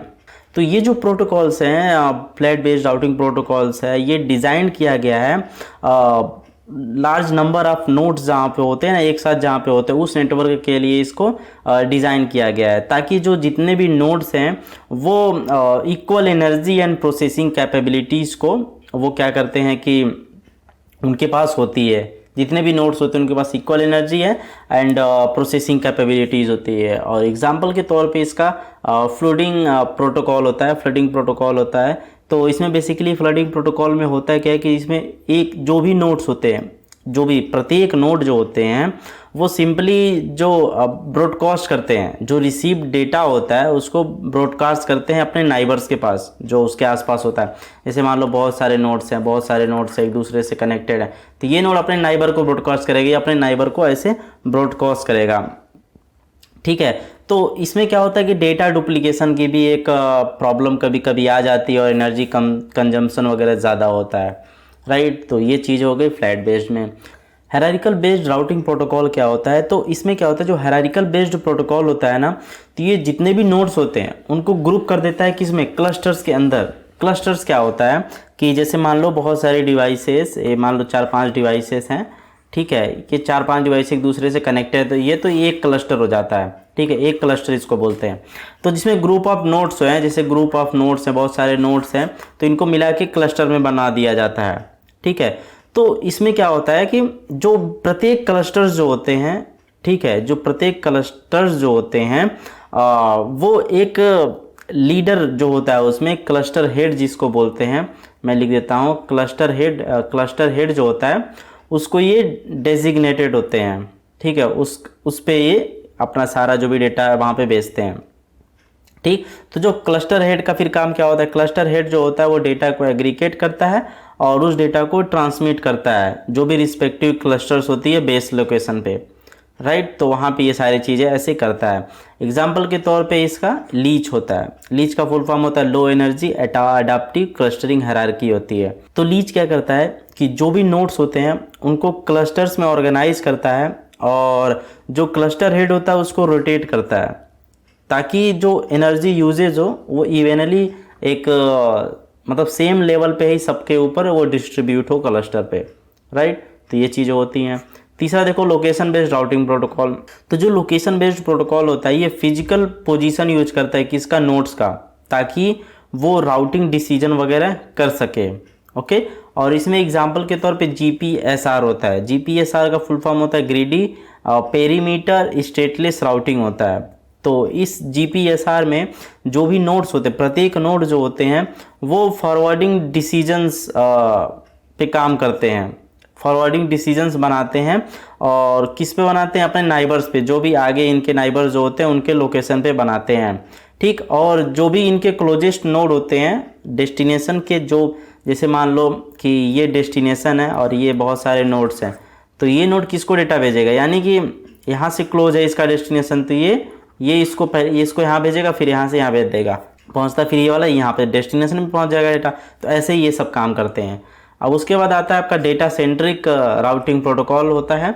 तो इसमें क्या होता है कि डेटा सेंट्रिक जो प्रोटोकॉल होता है इसमें डेटा जो होता है ना आपका, वो एक स्पेसिफिक एट्रीब्यूट पे इसको रूटिंग कर दिया जाता है। इसमें एक स्पेसिफिक रूट या क्वेरी दे दी जाती है उस डेटा को, ठीक है। यानी कि जो नोड होता है उसको एक आइडेंटिटी देने से अच्छा है कि एक क्वेरी दे दी जाती है, एक एट्रीब्यूट दे दिया जाता है, ठीक। जिससे जो नोड्स होते हैं वो फिल्टरिंग करते हैं, एग्रीगेशन करते हैं, राइट। ये सारी चीज़ें, डेटा का मैचिंग वगैरह करना, रिडंडेंसी को मिनिमाइज करना, ये सारी चीज़ें होती है जिससे एनर्जी वगैरह कंजर्व की जाती है। और एग्जाम्पल के तौर पे इसमें स्पिन है, तो जो स्पिन होता है वो मेटा डेटा को यूज करता है ताकि वो जो डेटा पैकेट्स है उनको डिस्क्राइब कर सके, एंड जो नोड्स होते हैं वो एक दूसरे से नेगोशिएट कर सके और जो रिलेवेंट डेटा हो उसी को भेजें, जिससे अननेसेसरी ट्रांसमिशन को रिड्यूस किया जाता है इसमें। उसके बाद देखो नेक्स्ट देखो QoS बेस्ड राउटिंग प्रोटोकॉल होता है। QoS का जो फुल फॉर्म होता है वो क्वालिटी ऑफ सर्विस होता है। तो जो QoS प्रोटोकॉल होता है ये डिज़ाइन किया गया इस तरीके से कि जो स्पेसिफिक परफॉर्मेंस क्राइटेरिया होती है उसको ये फुलफ़िल करे। जैसे कि क्या होती है स्पेसिफिक क्राइटेरिया, जैसे कि लेटेंसी को मिनिमाइज करना, रिलायबिलिटी को इंश्योर करना और थ्रूपुट जो होता है उसे मैक्सिमाइज करना। तो ये सारी चीज़ें इसमें होती हैं। और इसका एग्जांपल होता है SAR। SAR का फुल फॉर्म होता है सीक्वेंशियल असाइनमेंट राउटिंग होता है। तो SAR जो होता है वो QoS और एनर्जी एफिशिएंस दोनों को ये कंसीडर करता है। और कंसीडर कैसे करता है कि ये प्रायोरिटी को सेटिंग करता है डिफरेंट पैकेट्स जो होते हैं उनके लिए, based upon the packets and उनके इम्पोर्टेंस के हिसाब से ये प्रायोरिटी को सेट कर देता है इसमें। ओके, लास्ट देखो मोबिलिटी बेस्ड राउटिंग प्रोटोकॉल। तो मोबिलिटी बेस्ड राउटिंग प्रोटोकॉल में क्या होता है कि जो नेटवर्क होता है वो इस तरीके से डिज़ाइन होता है कि वो मोबाइल नोड्स को हैंडल कर सके। जैसे कि आप ड्रोन बेस्ड सेंसर नेटवर्क्स में देख सकते हो ये चीज़ें होती हैं। और एग्जांपल के तौर पे इसमें मोबिक होता है। मोबिक का फुल फॉर्म होता है मोबिलिटी बेस्ड क्लस्टरिंग होता है। जो मोबिक होता है वो नेटवर्क स्ट्रक्चर को अडॉप्ट करता है, जैसे कि जो नोड होते हैं ना वो क्लस्टर को अपडेट करते हुए डायनेमिकली मूव करते हैं, ऐसे उन सबको ये अडॉप्ट कर लेता है, राइट। और जो नोड्स होते हैं वो ग्रुप्ड होते हैं क्लस्टर के अंदर, ठीक है। तो उसके बाद मोबाइल जो पैटर्न्स होता है उसके हिसाब से ये जो नोड्स होते हैं वो क्लस्टर्स में ग्रुप होते हैं, और जो कि नेटवर्क को अलाउ करते हैं कि मोबाइल इन्वायरमेंट में जो भी चीज़ें आपका ट्रांसफ़र हो रहा है उन सारी चीज़ों को हैंडल करना बहुत इफ़िशियंट हो जाता है, बहुत इफ़िशियंट तरीके से वो हैंडल वगैरह किया जाता है। तो आई होप कि सारी चीज़ आपको समझ में आई होंगी। तो दोस्तों अब हम बात करने जा रहे हैं नाइबर नोड डिस्कवरी, जिसे शॉर्ट में NND बोलते हैं, और ये भी इम्पॉर्टेंट है एग्जाम के पॉइंट ऑफ व्यू से। तो चलो इसको समझने की कोशिश करते हैं। इसके पहले बात कर लेते हैं इस चैनल के बारे में। अगर आप इस चैनल पर नए हो तो यार चैनल को सब्सक्राइब करो, वीडियो को लाइक करो एंड कमेंट करके मुझे बताओ कि ये वीडियो आपको अच्छी लग रही है। इतना कमेंट कर दो, this video is helpful for मी। और ये वेबसाइट आप लोगों के लिए और गूगल प्ले स्टोर पर एप्लीकेशन है, और नोट्स का लिंक डिस्क्रिप्शन में अवेलेबल है, डाउनलोड करके नोट को एक्सेस कर सकते हैं आप लोग। चलो अब टॉपिक पर आते हैं। NND को फुल फॉर्म होता है नाइबर नोड डिस्कवरी होता है। तो अब कंफ्यूज ना होना, अगर फुल फॉर्म और शॉर्ट फॉर्म आए तो कंफ्यूज मत होना वहाँ पे। पहला पॉइंट देखो, नाइबर नोड डिस्कवरी NND में NND ही बोलूँगा, इज़ अ प्रोसेस, एक तरीका प्रोसेस होता है use in wireless sensor network. Wireless sensor network यानी जो वायर से कनेक्टेड नहीं होते हैं, जो भी सेंसर्स होते हैं, CCTV कैमरा का एग्जांपल ले लेता हूँ, या फिर और भी मोशन सेंसर होता है, या मोशन डिटेक्टर सेंसर होता है ना, और हीट सेंसर होता है, टेम्परेचर सेंस करने वाला सेंसर होता है। तो बहुत सारे जो सेंसर्स होते हैं, वायरलेस सेंसर्स होते हैं, तो वो करते क्या हैं, find and identify nearby sensor node. तो नियर बाई सेंसर नोड को वो क्या करते हैं, आइडेंटिफाई करते हैं, यानी कि नाइबर नोड डिस्कवरी। अब इसके नाम से आपको पता है कि नाइबर मतलब पास का, नोड मतलब जो भी सेंसर्स है वो एक नोड होता है, एंड डिस्कवरी उसको फाइंड करना। तो यही है neighbour node discovery is the process used in wireless sensor network में to find and identify nearby sensor node. ठीक है, मान लो एक टेम्परेचर वाला सेंसर जहाँ पे लगा तो वो एक नोड हो गया, कैमरा जहाँ पे एक लगा है वहाँ पे एक नोड हो गया। ऐसे ये नोड होता है जिसको एक तरीके का ये NND प्रोसेस है जिसको फाइंड करने के लिए यूज किया जाता है वायरलेस सेंसर नेटवर्क में, इसका ध्यान देना। सेकंड पॉइंट देखो, in WSN sensors are spread across an area to monitor conditions like temperature, humidity and movement. जो वायरलेस सेंसर नेटवर्क होता है तो जो सेंसर्स होते हैं वो फैले होते हैं एरिया में, जैसे कि वो लोग क्या करते हैं, टेम्परेचर को मेज़र करते हैं, ह्यूमिडिटी को मेज़र करते हैं, और मूवमेंट जैसे कौन आ रहा है कौन जा रहा है, ये सारी चीज़ों की मूवमेंट को मेज़र करते हैं। थर्ड पॉइंट देखो, for the network to function well each sensor और नोड नीड, देखो ईच सेंसर या नोड, यानी कि सेंसर को ही हम लोग नोड भी बोलते हैं, ठीक है, needs to know which other sensors are nearby. तो जो भी सेंसर, जो भी एक नेटवर्क जो होता है, एक नेटवर्क क्या होता है, मतलब mix combination of connected device, यानी 10 डिवाइसेस अगर एक दूसरे से कनेक्टेड है तो वही नेटवर्क होता है। अकेला डिवाइस नेटवर्क फॉर्म ही नहीं कर सकता, क्रिएट ही नहीं कर सकता, है ना। तो वही है कि for network to function well, अगर एक कोई नेटवर्क आप क्रिएट किए हो, अगर अच्छे से काम करना है उसको, तो जो भी उस नेटवर्क में, उस पूरे एरिया में जो भी सेंसर्स लगे हैं, वो सेंसर एक दूसरे को पहचानते हो। जब तक एक दूसरे से पहचानेंगे नहीं तब तक एक दूसरे से कम्युनिकेशन करेंगे नहीं, है ना। अब मान लीजिए आपके घर में CCTV कैमरा लगा है, 5 कैमरा, आपके पट्टीदार के घर में 5 CCTV कैमरा लगा है, तो आपका कैमरा आपके बगल वाले से कम्युनिकेट नहीं करेगा, नहीं तो उसके मॉनिटर पे दिखने लगेगा आपके घर का फ़ोटो, और उसके घर का फ़ोटो आपके मॉनिटर पे दिखने लगेगा। तो ये गड़बड़ वाली बात है ना। यानी कि आपका कैमरा आपके सारे 5 कम्युनिकेट करे किसी दूसरे के घर में, ताकि जाके ना करे, तभी वो आपके मॉनिटर पे दिखेगा।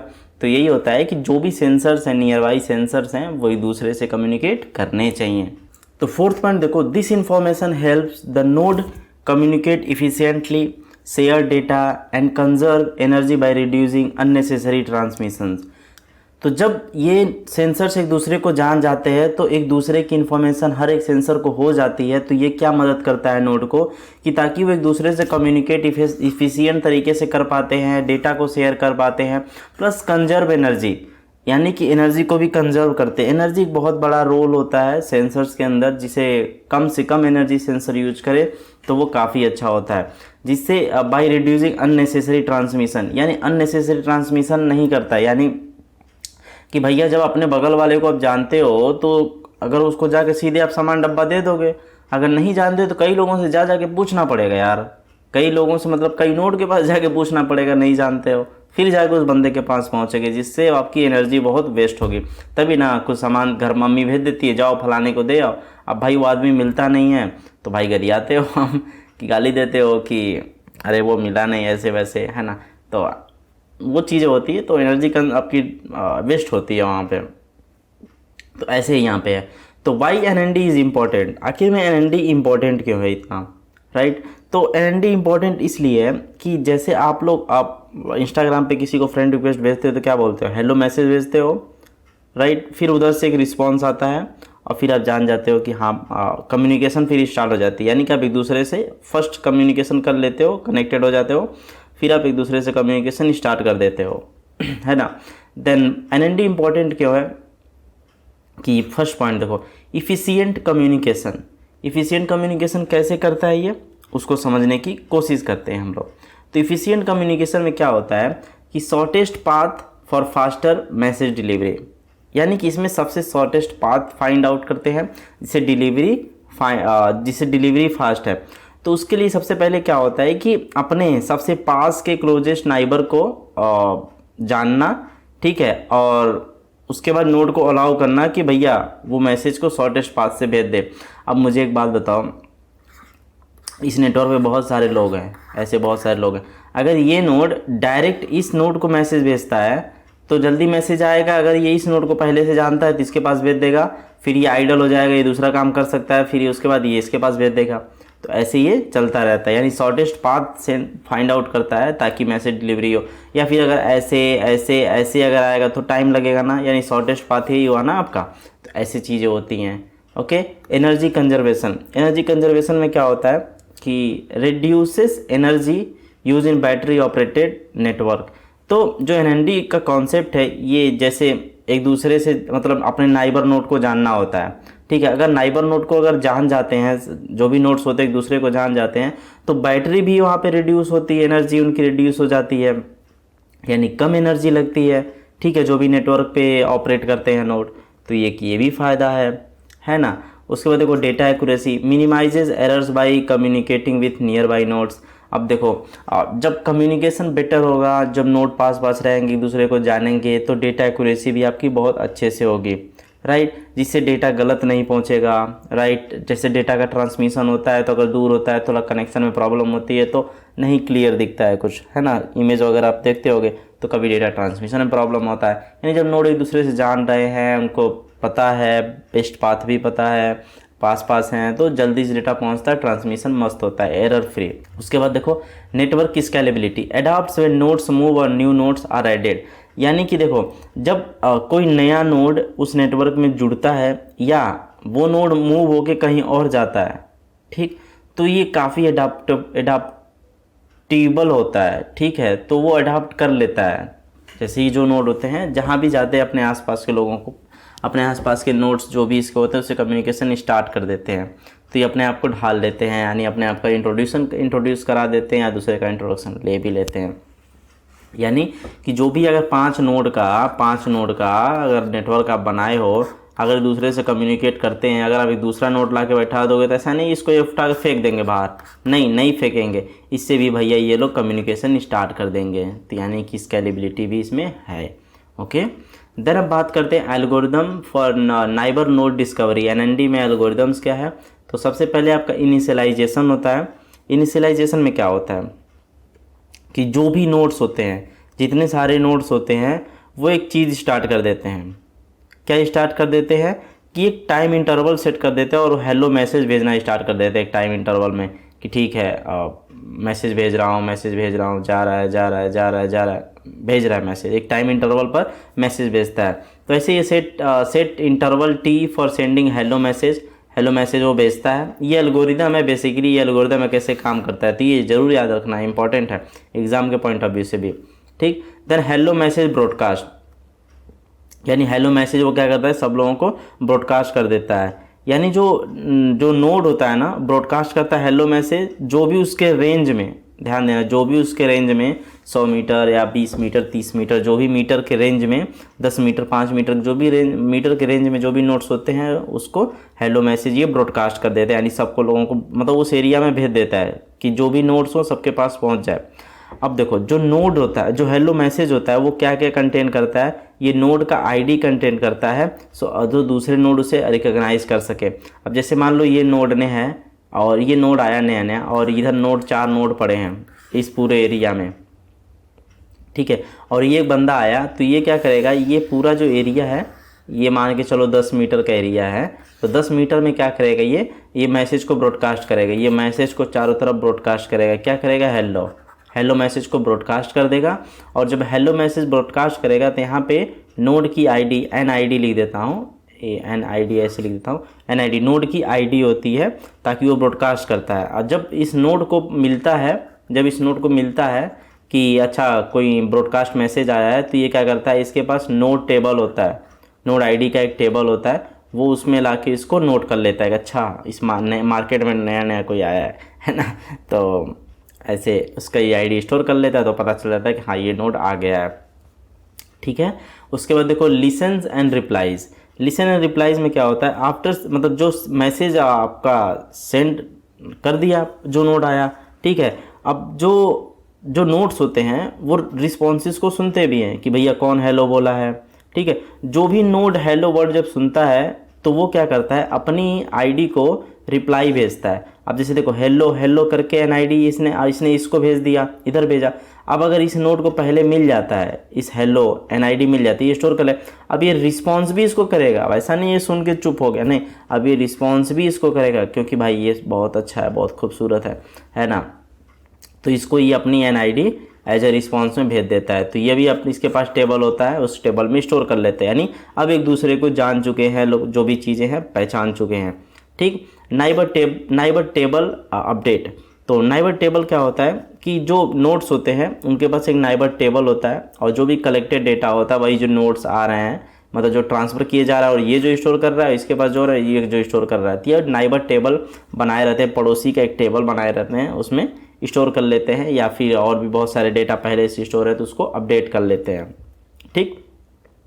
पीरियोडिक अपडेट्स एक होता है कि पीरियोडिक अपडेट्स में क्या होता है कि जो लिस्ट होती है उसको हमेशा अपडेट रखना होता है, ठीक है। तो वो पीरियोडिकली जो भी प्रत्येक नोड जो होते हैं वो इसको रिपीट करके और इसको मतलब अप टू डेट रखते हैं। ठीक, अब जैसे कि क्या होता है कि कोई अप टू डेट रखते हैं तो ऐसे ही मैसेज भेज भेज के करते हैं, तो वो क्या करता है कि जब कोई नोड रिप्लाई नहीं करता है, बहुत सारे बार मैसेजेस मतलब सेंड करने के बाद अगर कोई नोड है अगर वो फिर से रिप्लाई नहीं कर रहा है, तो क्या होता है कि मान लिया जाता है कि भैया वो नोड ख़राब हो गया, कुछ हो गया, तो उसको नाइबर टेबल से हटा दिया जाता है।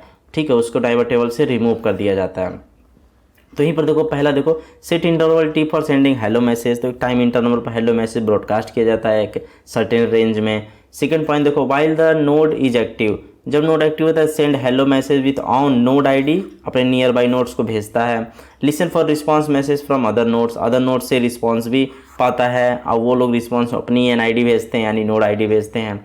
सी देखो, for each response received add responding nodes ID to neighbour table, तो जब रिस्पॉन्स में उसको एनआईडी मिलती है दूसरे वाले नोड की जो रिस्पॉन्स रिसीव किया है, तो उसको अपने नाइबर टेबल में स्टोर कर लेता है। अब वो बंदा भी जो रिसीव किया है और जो बंदा सेंड किया है, दोनों अपना एक दूसरे का नाइबर टेबल में स्टोर कर लेते हैं।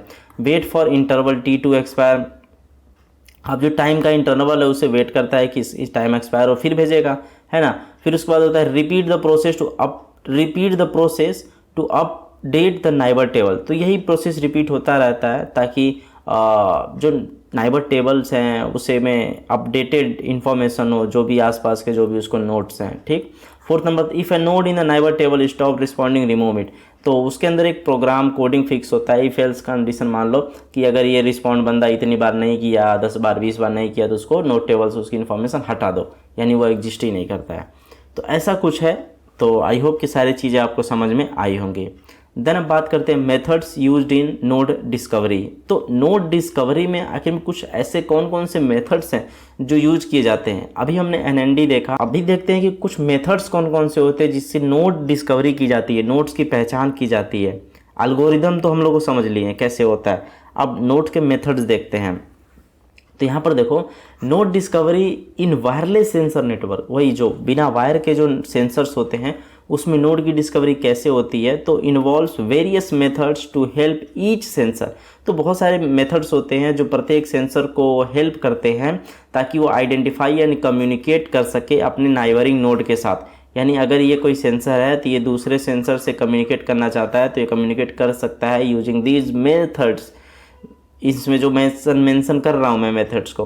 तो सेकंड पॉइंट देखो, these methods ensure efficient data sharing, ये इंश्योर करते हैं कि जो बहुत इफिशिएंट डेटा शेयरिंग होगा, एनर्जी कंजर्व होगा, वही एक दूसरे से जानेंगे तो एनर्जी मतलब ज़्यादा वेस्ट नहीं होगी, एंड नेटवर्क स्टेबल रहेगा, स्टेबिलिटी बनी रहेगी, नेटवर्क फेल्यूर नहीं होगा। ऐसा नहीं होगा कि डेटा आ रहा है तो मतलब अच्छे से जा नहीं रहा है, ट्रांसमिट नहीं हो रहा है, सब प्रॉब्लम नहीं आएगी। तो डेटा नेटवर्क स्टेबल रहेगा तो जाहिर सी बात है डेटा शेयरिंग एंड ट्रांसमिशन भी स्टेबल रहेगा।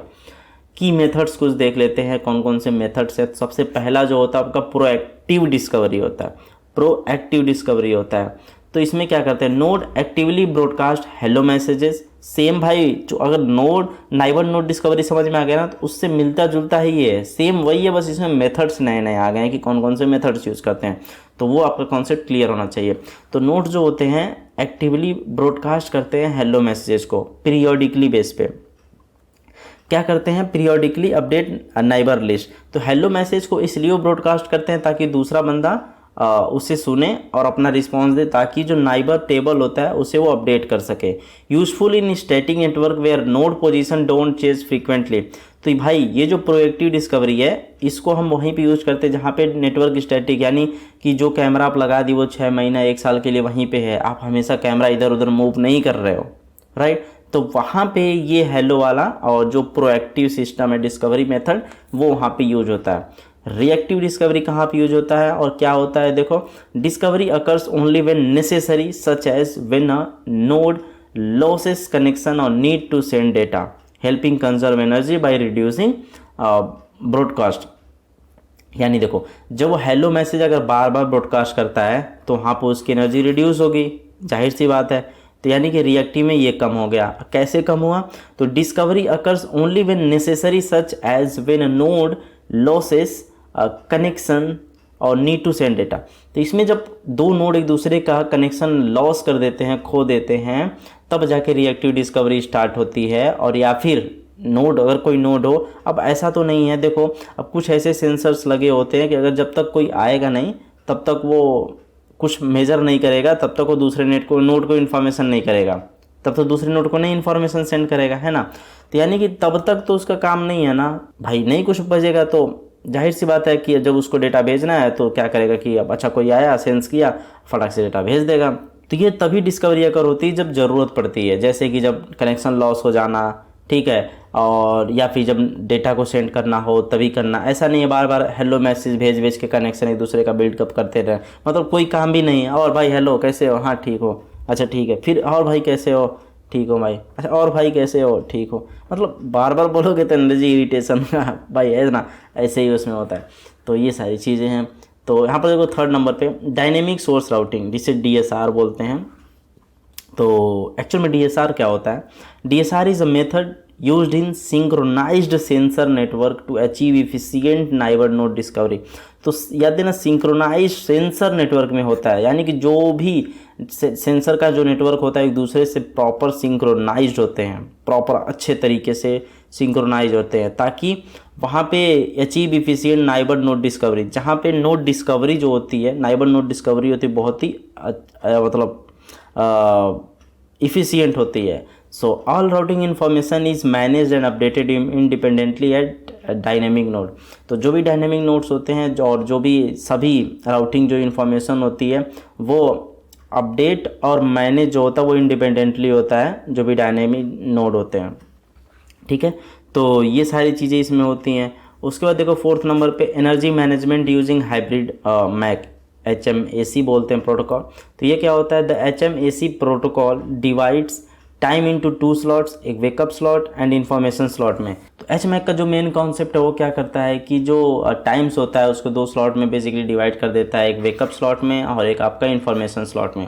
तो इसका एक प्रोसेस होता है। तो इसमें क्या प्रोसेस में होता है, जो भी प्रत्येक नोड होते हैं तो उनको क्या होता है कि एक यूनिक W स्लॉट असाइन होता है, ठीक है, जो वेकअप मैसेजेस को सुनते हैं, ठीक। तो वेकअप मैसेज को सुनते हैं तो जैसे ही अब जो नोड होते हैं वो स्लीप मोड में होते हैं, ठीक है।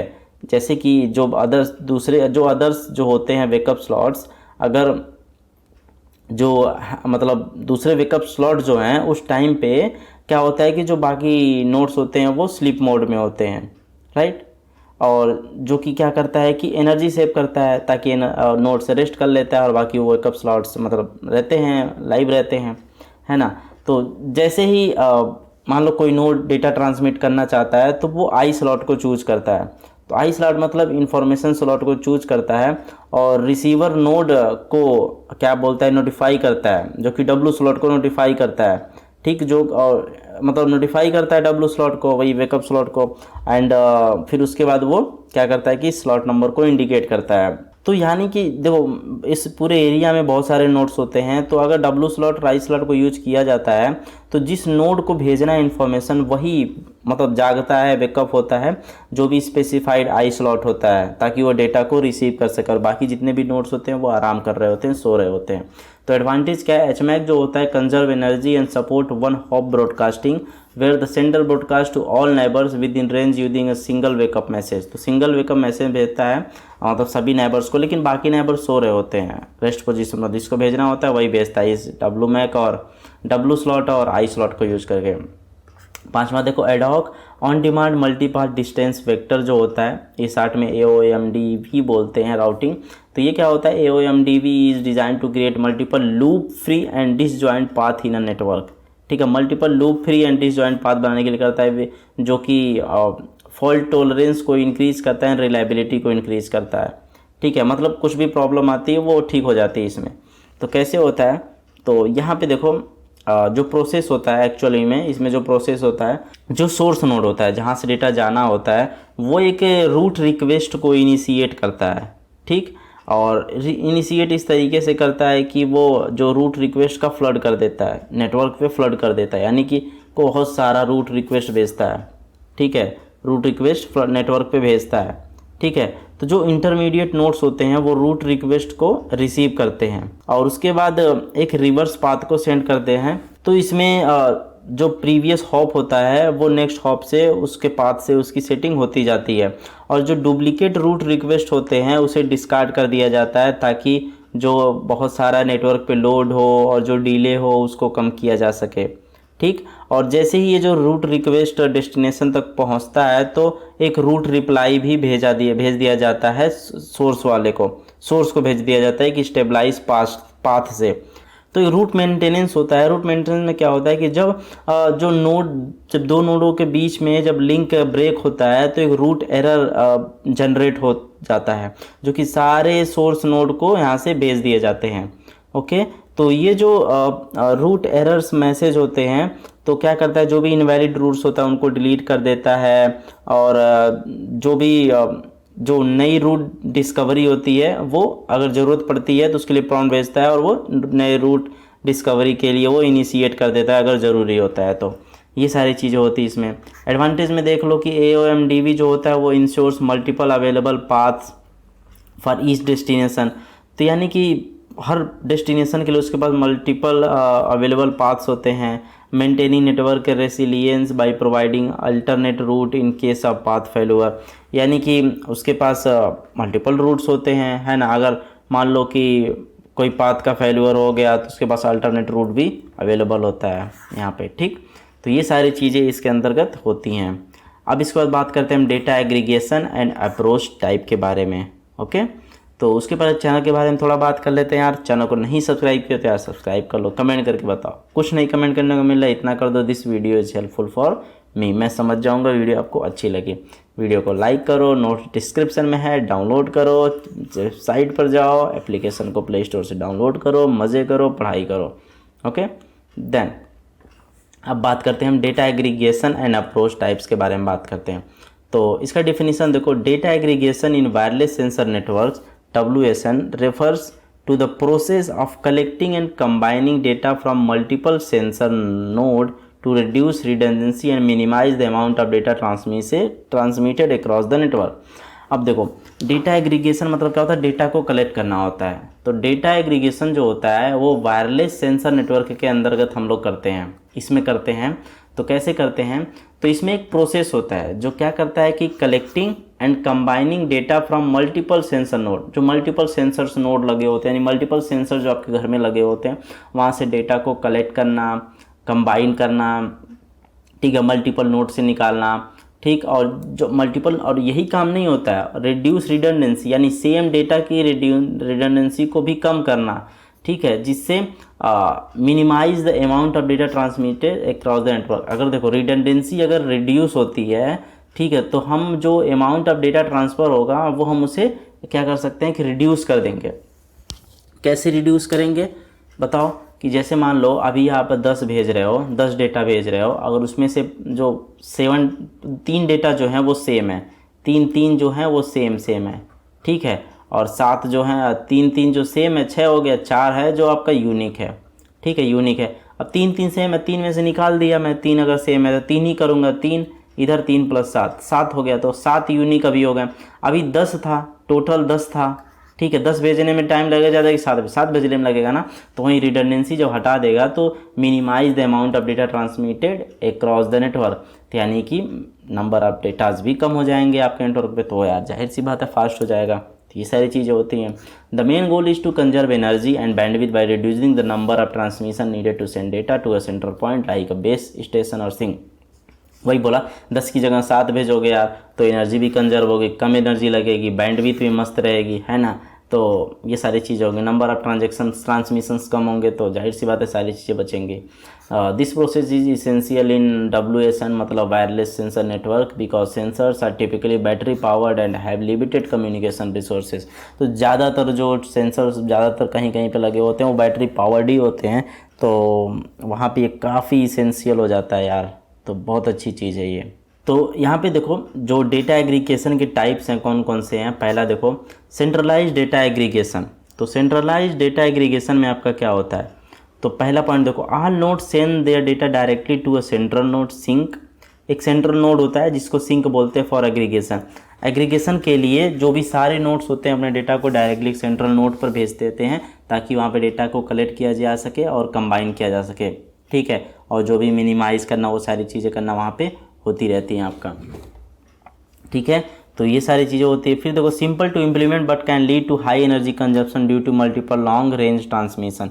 अब देखो ये जो होता है ये एक शॉर्ट डिस्टेंस के लिए होता है। अगर ज़्यादा डिस्टेंस के लिए आप इसको करोगे तो यहाँ पे लंबा डिस्टेंस हो जाएगा और वहाँ पे आपका एनर्जी कंजम्पशन बहुत ज़्यादा होने लगेगा, ठीक है।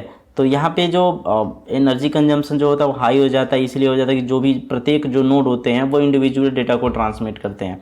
तो इसीलिए यहाँ पे यार प्रॉब्लम आ जाती है, थोड़ा एनर्जी कंजम्पशन की प्रॉब्लम आ जाती है यहाँ पे, ठीक है। तो इसके बाद देखो सेकेंड पॉइंट देखो, इन नेटवर्क डेटा एग्रीगेशन।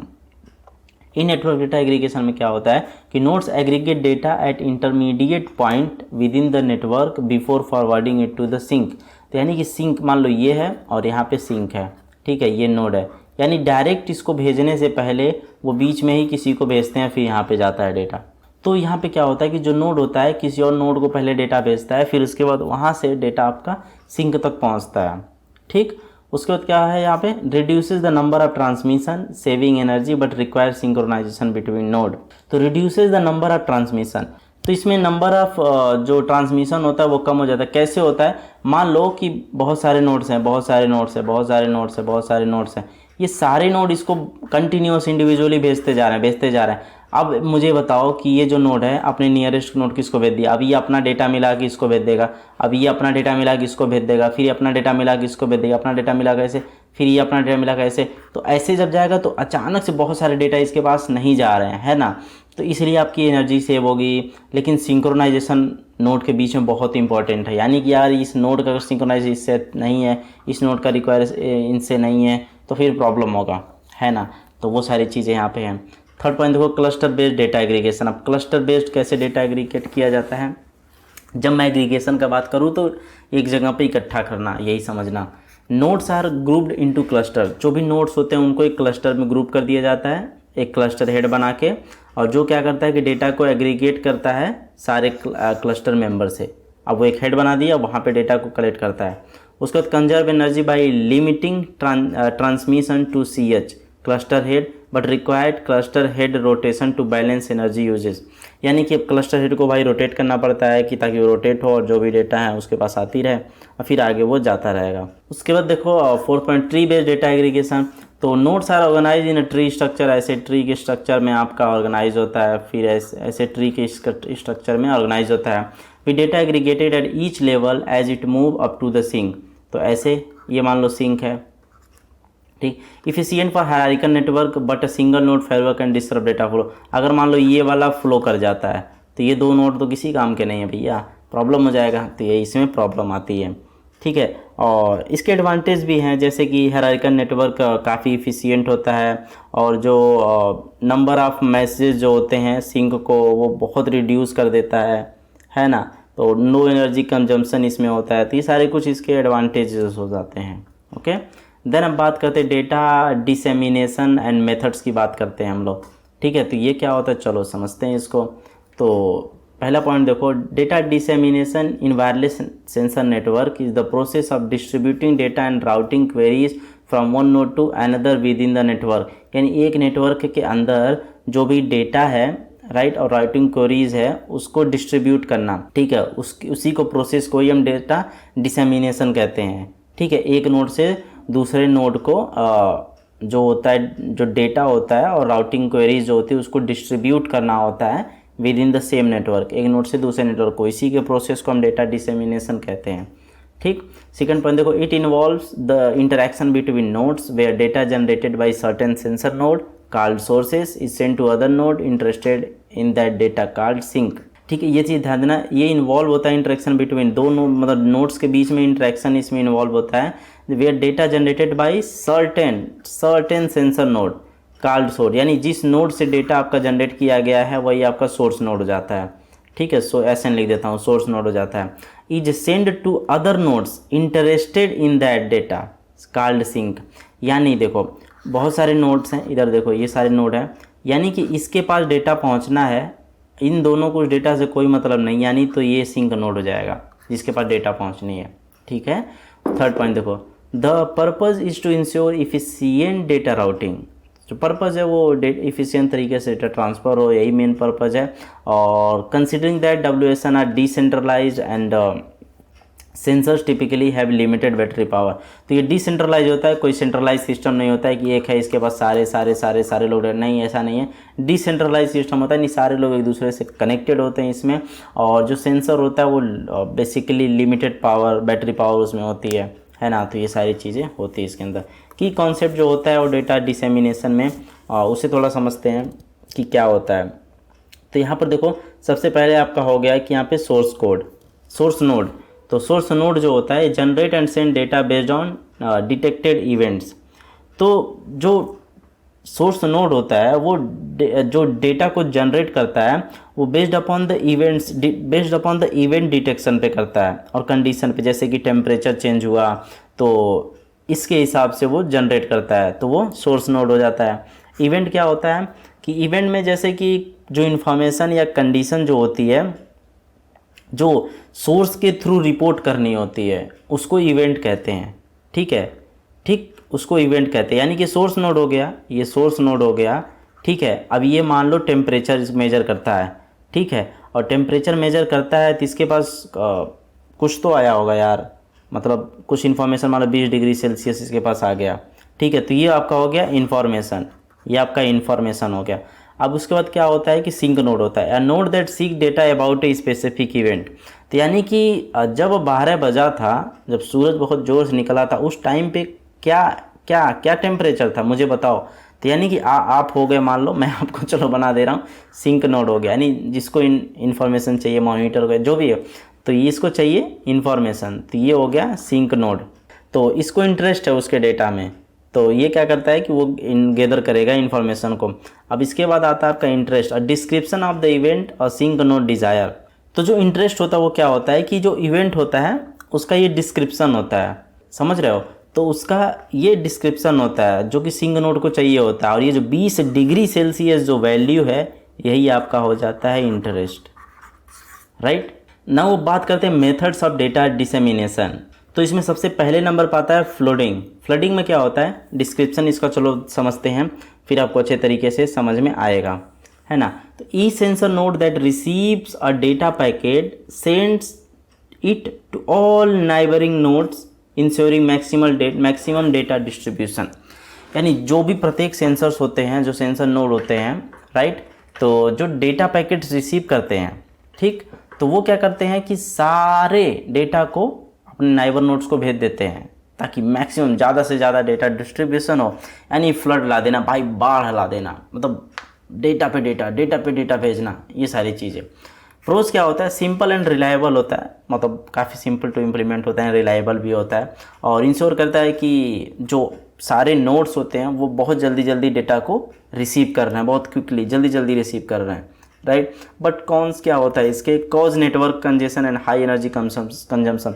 यानी कंजेशन क्रिएट हो जाता है यार नेटवर्क में, इतना सारा डेटा अगेन जाएगा तो मतलब समझ लो सांस लेने में प्रॉब्लम हो जाएगी नोड को। तो होता है ना ट्रेन के डब्बे में बहुत सारे लोग जब जनरल वाले में घुस जाते हैं तो कंजेशन, मतलब ऐसा होता है कि यार ना प्रॉब्लम होने लगती है। ऐसे ही यहाँ पे कंजेशन की प्रॉब्लम आती है एंड हाई एनर्जी कंजम्पशन होता है, क्योंकि बार बार यार जनरेट होगा, डेटा इधर उधर जाएगा तो एनर्जी लगेगी, है ना। ड्यू टू रिडंडेंट ब्रोडकास्ट, यानी सेम चीज़ सेम कंटेंट, कोई नोट भेज रहा है फिर उसके पास है, फिर वो चीज़ जिसको भेजा फिर उसी के पास आ गया, वही चीज़ होता रहता है, leading to phenomena called implosion. तो जो ये होता है उसको, अगर इस होने को एक फिनोमिना कहते हैं, उसे इम्प्लोजन कहते हैं, ठीक। सेकंड पॉइंट देखो, SPIN sensor protocol for information via negotiation, इसको समझते हैं। डिस्क्रिप्शन देखो, SPIN uses a negotiation based approach where nodes advertise data availability and only transmit if neighbouring node express interest. अब देखो, अब वो एडवर्टीजमेंट करता है भैया। अब देखो, अब ऐसा नहीं है कि सबको जा जाके गूगल वाले ऐड दिखाते, नहीं, जिसको इंटरेस्ट होता है जिस ऐड में उसी को वो ऐड दिखाया जाता है ना, वो सामान खरीदते हो आप। ऐसे नोट्स भी होते हैं भैया, कहते हैं कि भैया हमें ये डेटा भेजना है, हम अपना एडवर्टीजमेंट कर रहे हैं कि हमें ये डेटा भेजना है भैया, हम अवेलेबल हैं भेजने के लिए। तो दूसरा नाइबर वाला कहता है कि अच्छा ठीक है, मैं इंटरेस्टेड हूँ भैया, ठीक है, अच्छा चलो कर देता हूँ। ऐसे होता है प्रोसेस। 3 मैसेजेस आर यूज्ड, एक ADV मतलब एडवर्टाइज होता है फॉर इनिशियल डेटा इंटरेस्ट के लिए, फिर REQ होता है, इससे रिक्वेस्ट बोलते हैं फॉर रिस्पांस के लिए, यानी वो बंदा दूसरा नोड नेबर वाला रिस्पांस करता है, and data for actual transmission, जो डेटा होता है जो एक्चुअल ट्रांसमिशन करना होता है। प्रोस क्या होता है, prevents unnecessary data transmission and conserve energy by sending data only to interested node, यानी जिसको बंदे को चाहिए भाई उसी को मिलती है, तो एनर्जी कंजर्व होती है और अननेसेसरी डेटा ट्रांसमिशन इधर उधर फ्लड नहीं किया जाता है। ठीक, फिर कॉन्स क्या होता है कि non interested node miss data which may lead to incomplete data dissemination across the network. इसमें क्या होता है कि जो नॉन इंटरेस्टेड नोड्स होते हैं वो डेटा को मिस कर जाते हैं, उनके पास बैकअप या कह सकते हो उस डेटा की इन्फॉर्मेशन ही नहीं रहती है, जो कि एक इनकम्प्लीट डिसेमिनेशन क्रिएट करते हैं नेटवर्क में। ठीक है, तो ऐसा कुछ होता है, लेकिन फिर भी काफ़ी देखा जाए तो हेल्पफुल है। और एक चीज़ और ध्यान देना, सारे मेथड्स ऐसा नहीं है कि कोई बेस्ट है कोई बहुत बुरा है, नहीं, बेस्ड अपॉन द रिक्वायरमेंट हम लोग मेथड्स को यूज करते हैं। ठीक है, तो उसके हिसाब से वो बेस्ट होता है। उसके बाद देखो गॉसिपिंग, गॉसिप लड़कियां बहुत गॉसिप करती हैं, नहीं मतलब लड़के भी करते हैं, I am just kidding, okay. तो description, nodes forward receive data to one randomly selected neighbouring node. तो नोड जो होता है वो रिसीव डेटा को फॉरवर्ड कर देता है रैंडमली किसी नेबर को। ठीक है, मतलब rather than all neighbours, improving efficiency. अपने नाइबर को भेजने के बजाय क्या करता है कि रैंडमली सेलेक्ट करता है किसी नाइबर को और उसको भाई भेज देता है कि लो भाई तुमको डेटा भेज दिया। मतलब होता है ना कि ऑटो में जा रहे हैं, कोई बंदा पता नहीं है लेकिन फिर भी बतिया रहा है। औरतें ज़्यादा करती हैं ना कि मतलब जर्नी शुरू हुई, अगर मंजिल आते आते सहेलियाँ बन जाती हैं। सारे लोग नहीं करते हैं, हो जाते हैं। लड़के या आदमी बहुत रेयर केस में बात करते हैं किसी से। औरतों का कम्युनिकेशन जल्दी होता है, सो आई थिंक उनकी the way of communication and deal करने का लोगों से अच्छा होता है, नहीं जल्दी से यूज टू हो जाते हैं एक दूसरे से। तो ऐसे ही होता है, इसमें रैंडमली भेजा जाता है। ये गॉसिपिंग वाला, ले भैया तू ले, तुझे भेज दिया। ठीक है, तो प्रोज क्या होता है, reduces energy usage and minimises the risk of network overload by avoiding redundant data transmission. तो इसमें भी एनर्जी वगैरह कम होती है एंड नेटवर्क पे ओवरलोड का भी प्रॉब्लम मिनिमाइज जाता है काफ़ी। कॉन्स क्या है कि सम नोड्स में not receive the message in larger network because the random selection of neighbours can cause gaps in coverage. यानी भाई रैंडमली अगर सेलेक्ट करता है तो कहीं दूर सेलेक्ट कर लिया है ना, तो बहुत बड़ा नेटवर्क जो होता है उसमें कभी कभी क्या होता है कि रिसीव नहीं कर पाते हैं कुछ नोड इन्फॉर्मेशन को, तो वहाँ पे थोड़ी प्रॉब्लम आ जाती है। कॉस्ट फील्ड अप्रोच क्या होता है कि इसमें डिस्क्रिप्शन देखो, uses a metric based cost calculation to set up an optimal path for data to follow within the network. यानी एक metric based cost calculation setup को यूज करते हैं जिससे ऑप्टिमल पाथ को फाइंड आउट कर लिया जाता है उस नेटवर्क में जहाँ से अपना डेटा वगैरह भेजो, है ना। फिर प्रोसेस क्या होता है कि first each node calculate a cost, जो भी नोड होता है कॉस्ट को कैलकुलेट करता है to the sink based on metrics, जैसे एनर्जी लेवल और डिस्टेंस लेवल पे कि उसके पास जाए कितनी एनर्जी लगेगी, कितना डिस्टेंस है सिंक के पास जाने पे, है ना। Then data is routed along the lowest cost path, तो सबसे लोवेस्ट कॉस्ट जिस पाथ पे आएगी उसी पे, जैसे भैया 5 किलोमीटर लग रहा है उस पर, अच्छा 3 किलोमीटर रास्ता इधर से, मैं इधर ही से आ जाता हूँ। ठीक है, तो वो चीज़ होती है। प्रोज में देखो इफिशिएंट डेटा राउटिंग होता है, मस्त होता है, इफिशिएंट तरीके से डेटा राउटिंग होती है, एनर्जी बहुत कम लगता है, और जो नोट्स होते हैं वो कॉस्ट इफेक्टिव पाथ को फॉलो करते हैं। अब कॉन्स में इसमें क्या होगा, देखो हर किसी चीज़ का प्रोज एंड कॉन्स है ना। Initial setup cost field is resource intensive, तो इनिशियल कॉस्ट मतलब काफ़ी रिसोर्स इंटेंसिव है and requiring additional computations and network setup. हाँ भाई, कंप्यूटेशन एंड नेटवर्क सेटअप की ज़रूरत पड़ेगी क्योंकि इसमें पाथ फाइंड करना, कैलकुलेट करना, मतलब होता है ना, ये सारी चीज़ें इसमें होती है, तो जाहिर सी बात है ये थोड़ा एक्सपेंसिव होगा और रिसोर्सेज की भी ज़रूरत पड़ेगी आपको। तो आई होप ये सारी चीज़ आपको समझ में आई होंगी and congratulation to all of you जिन लोगों ने वीडियो अभी तक देखी। Thank you so much for watching this video.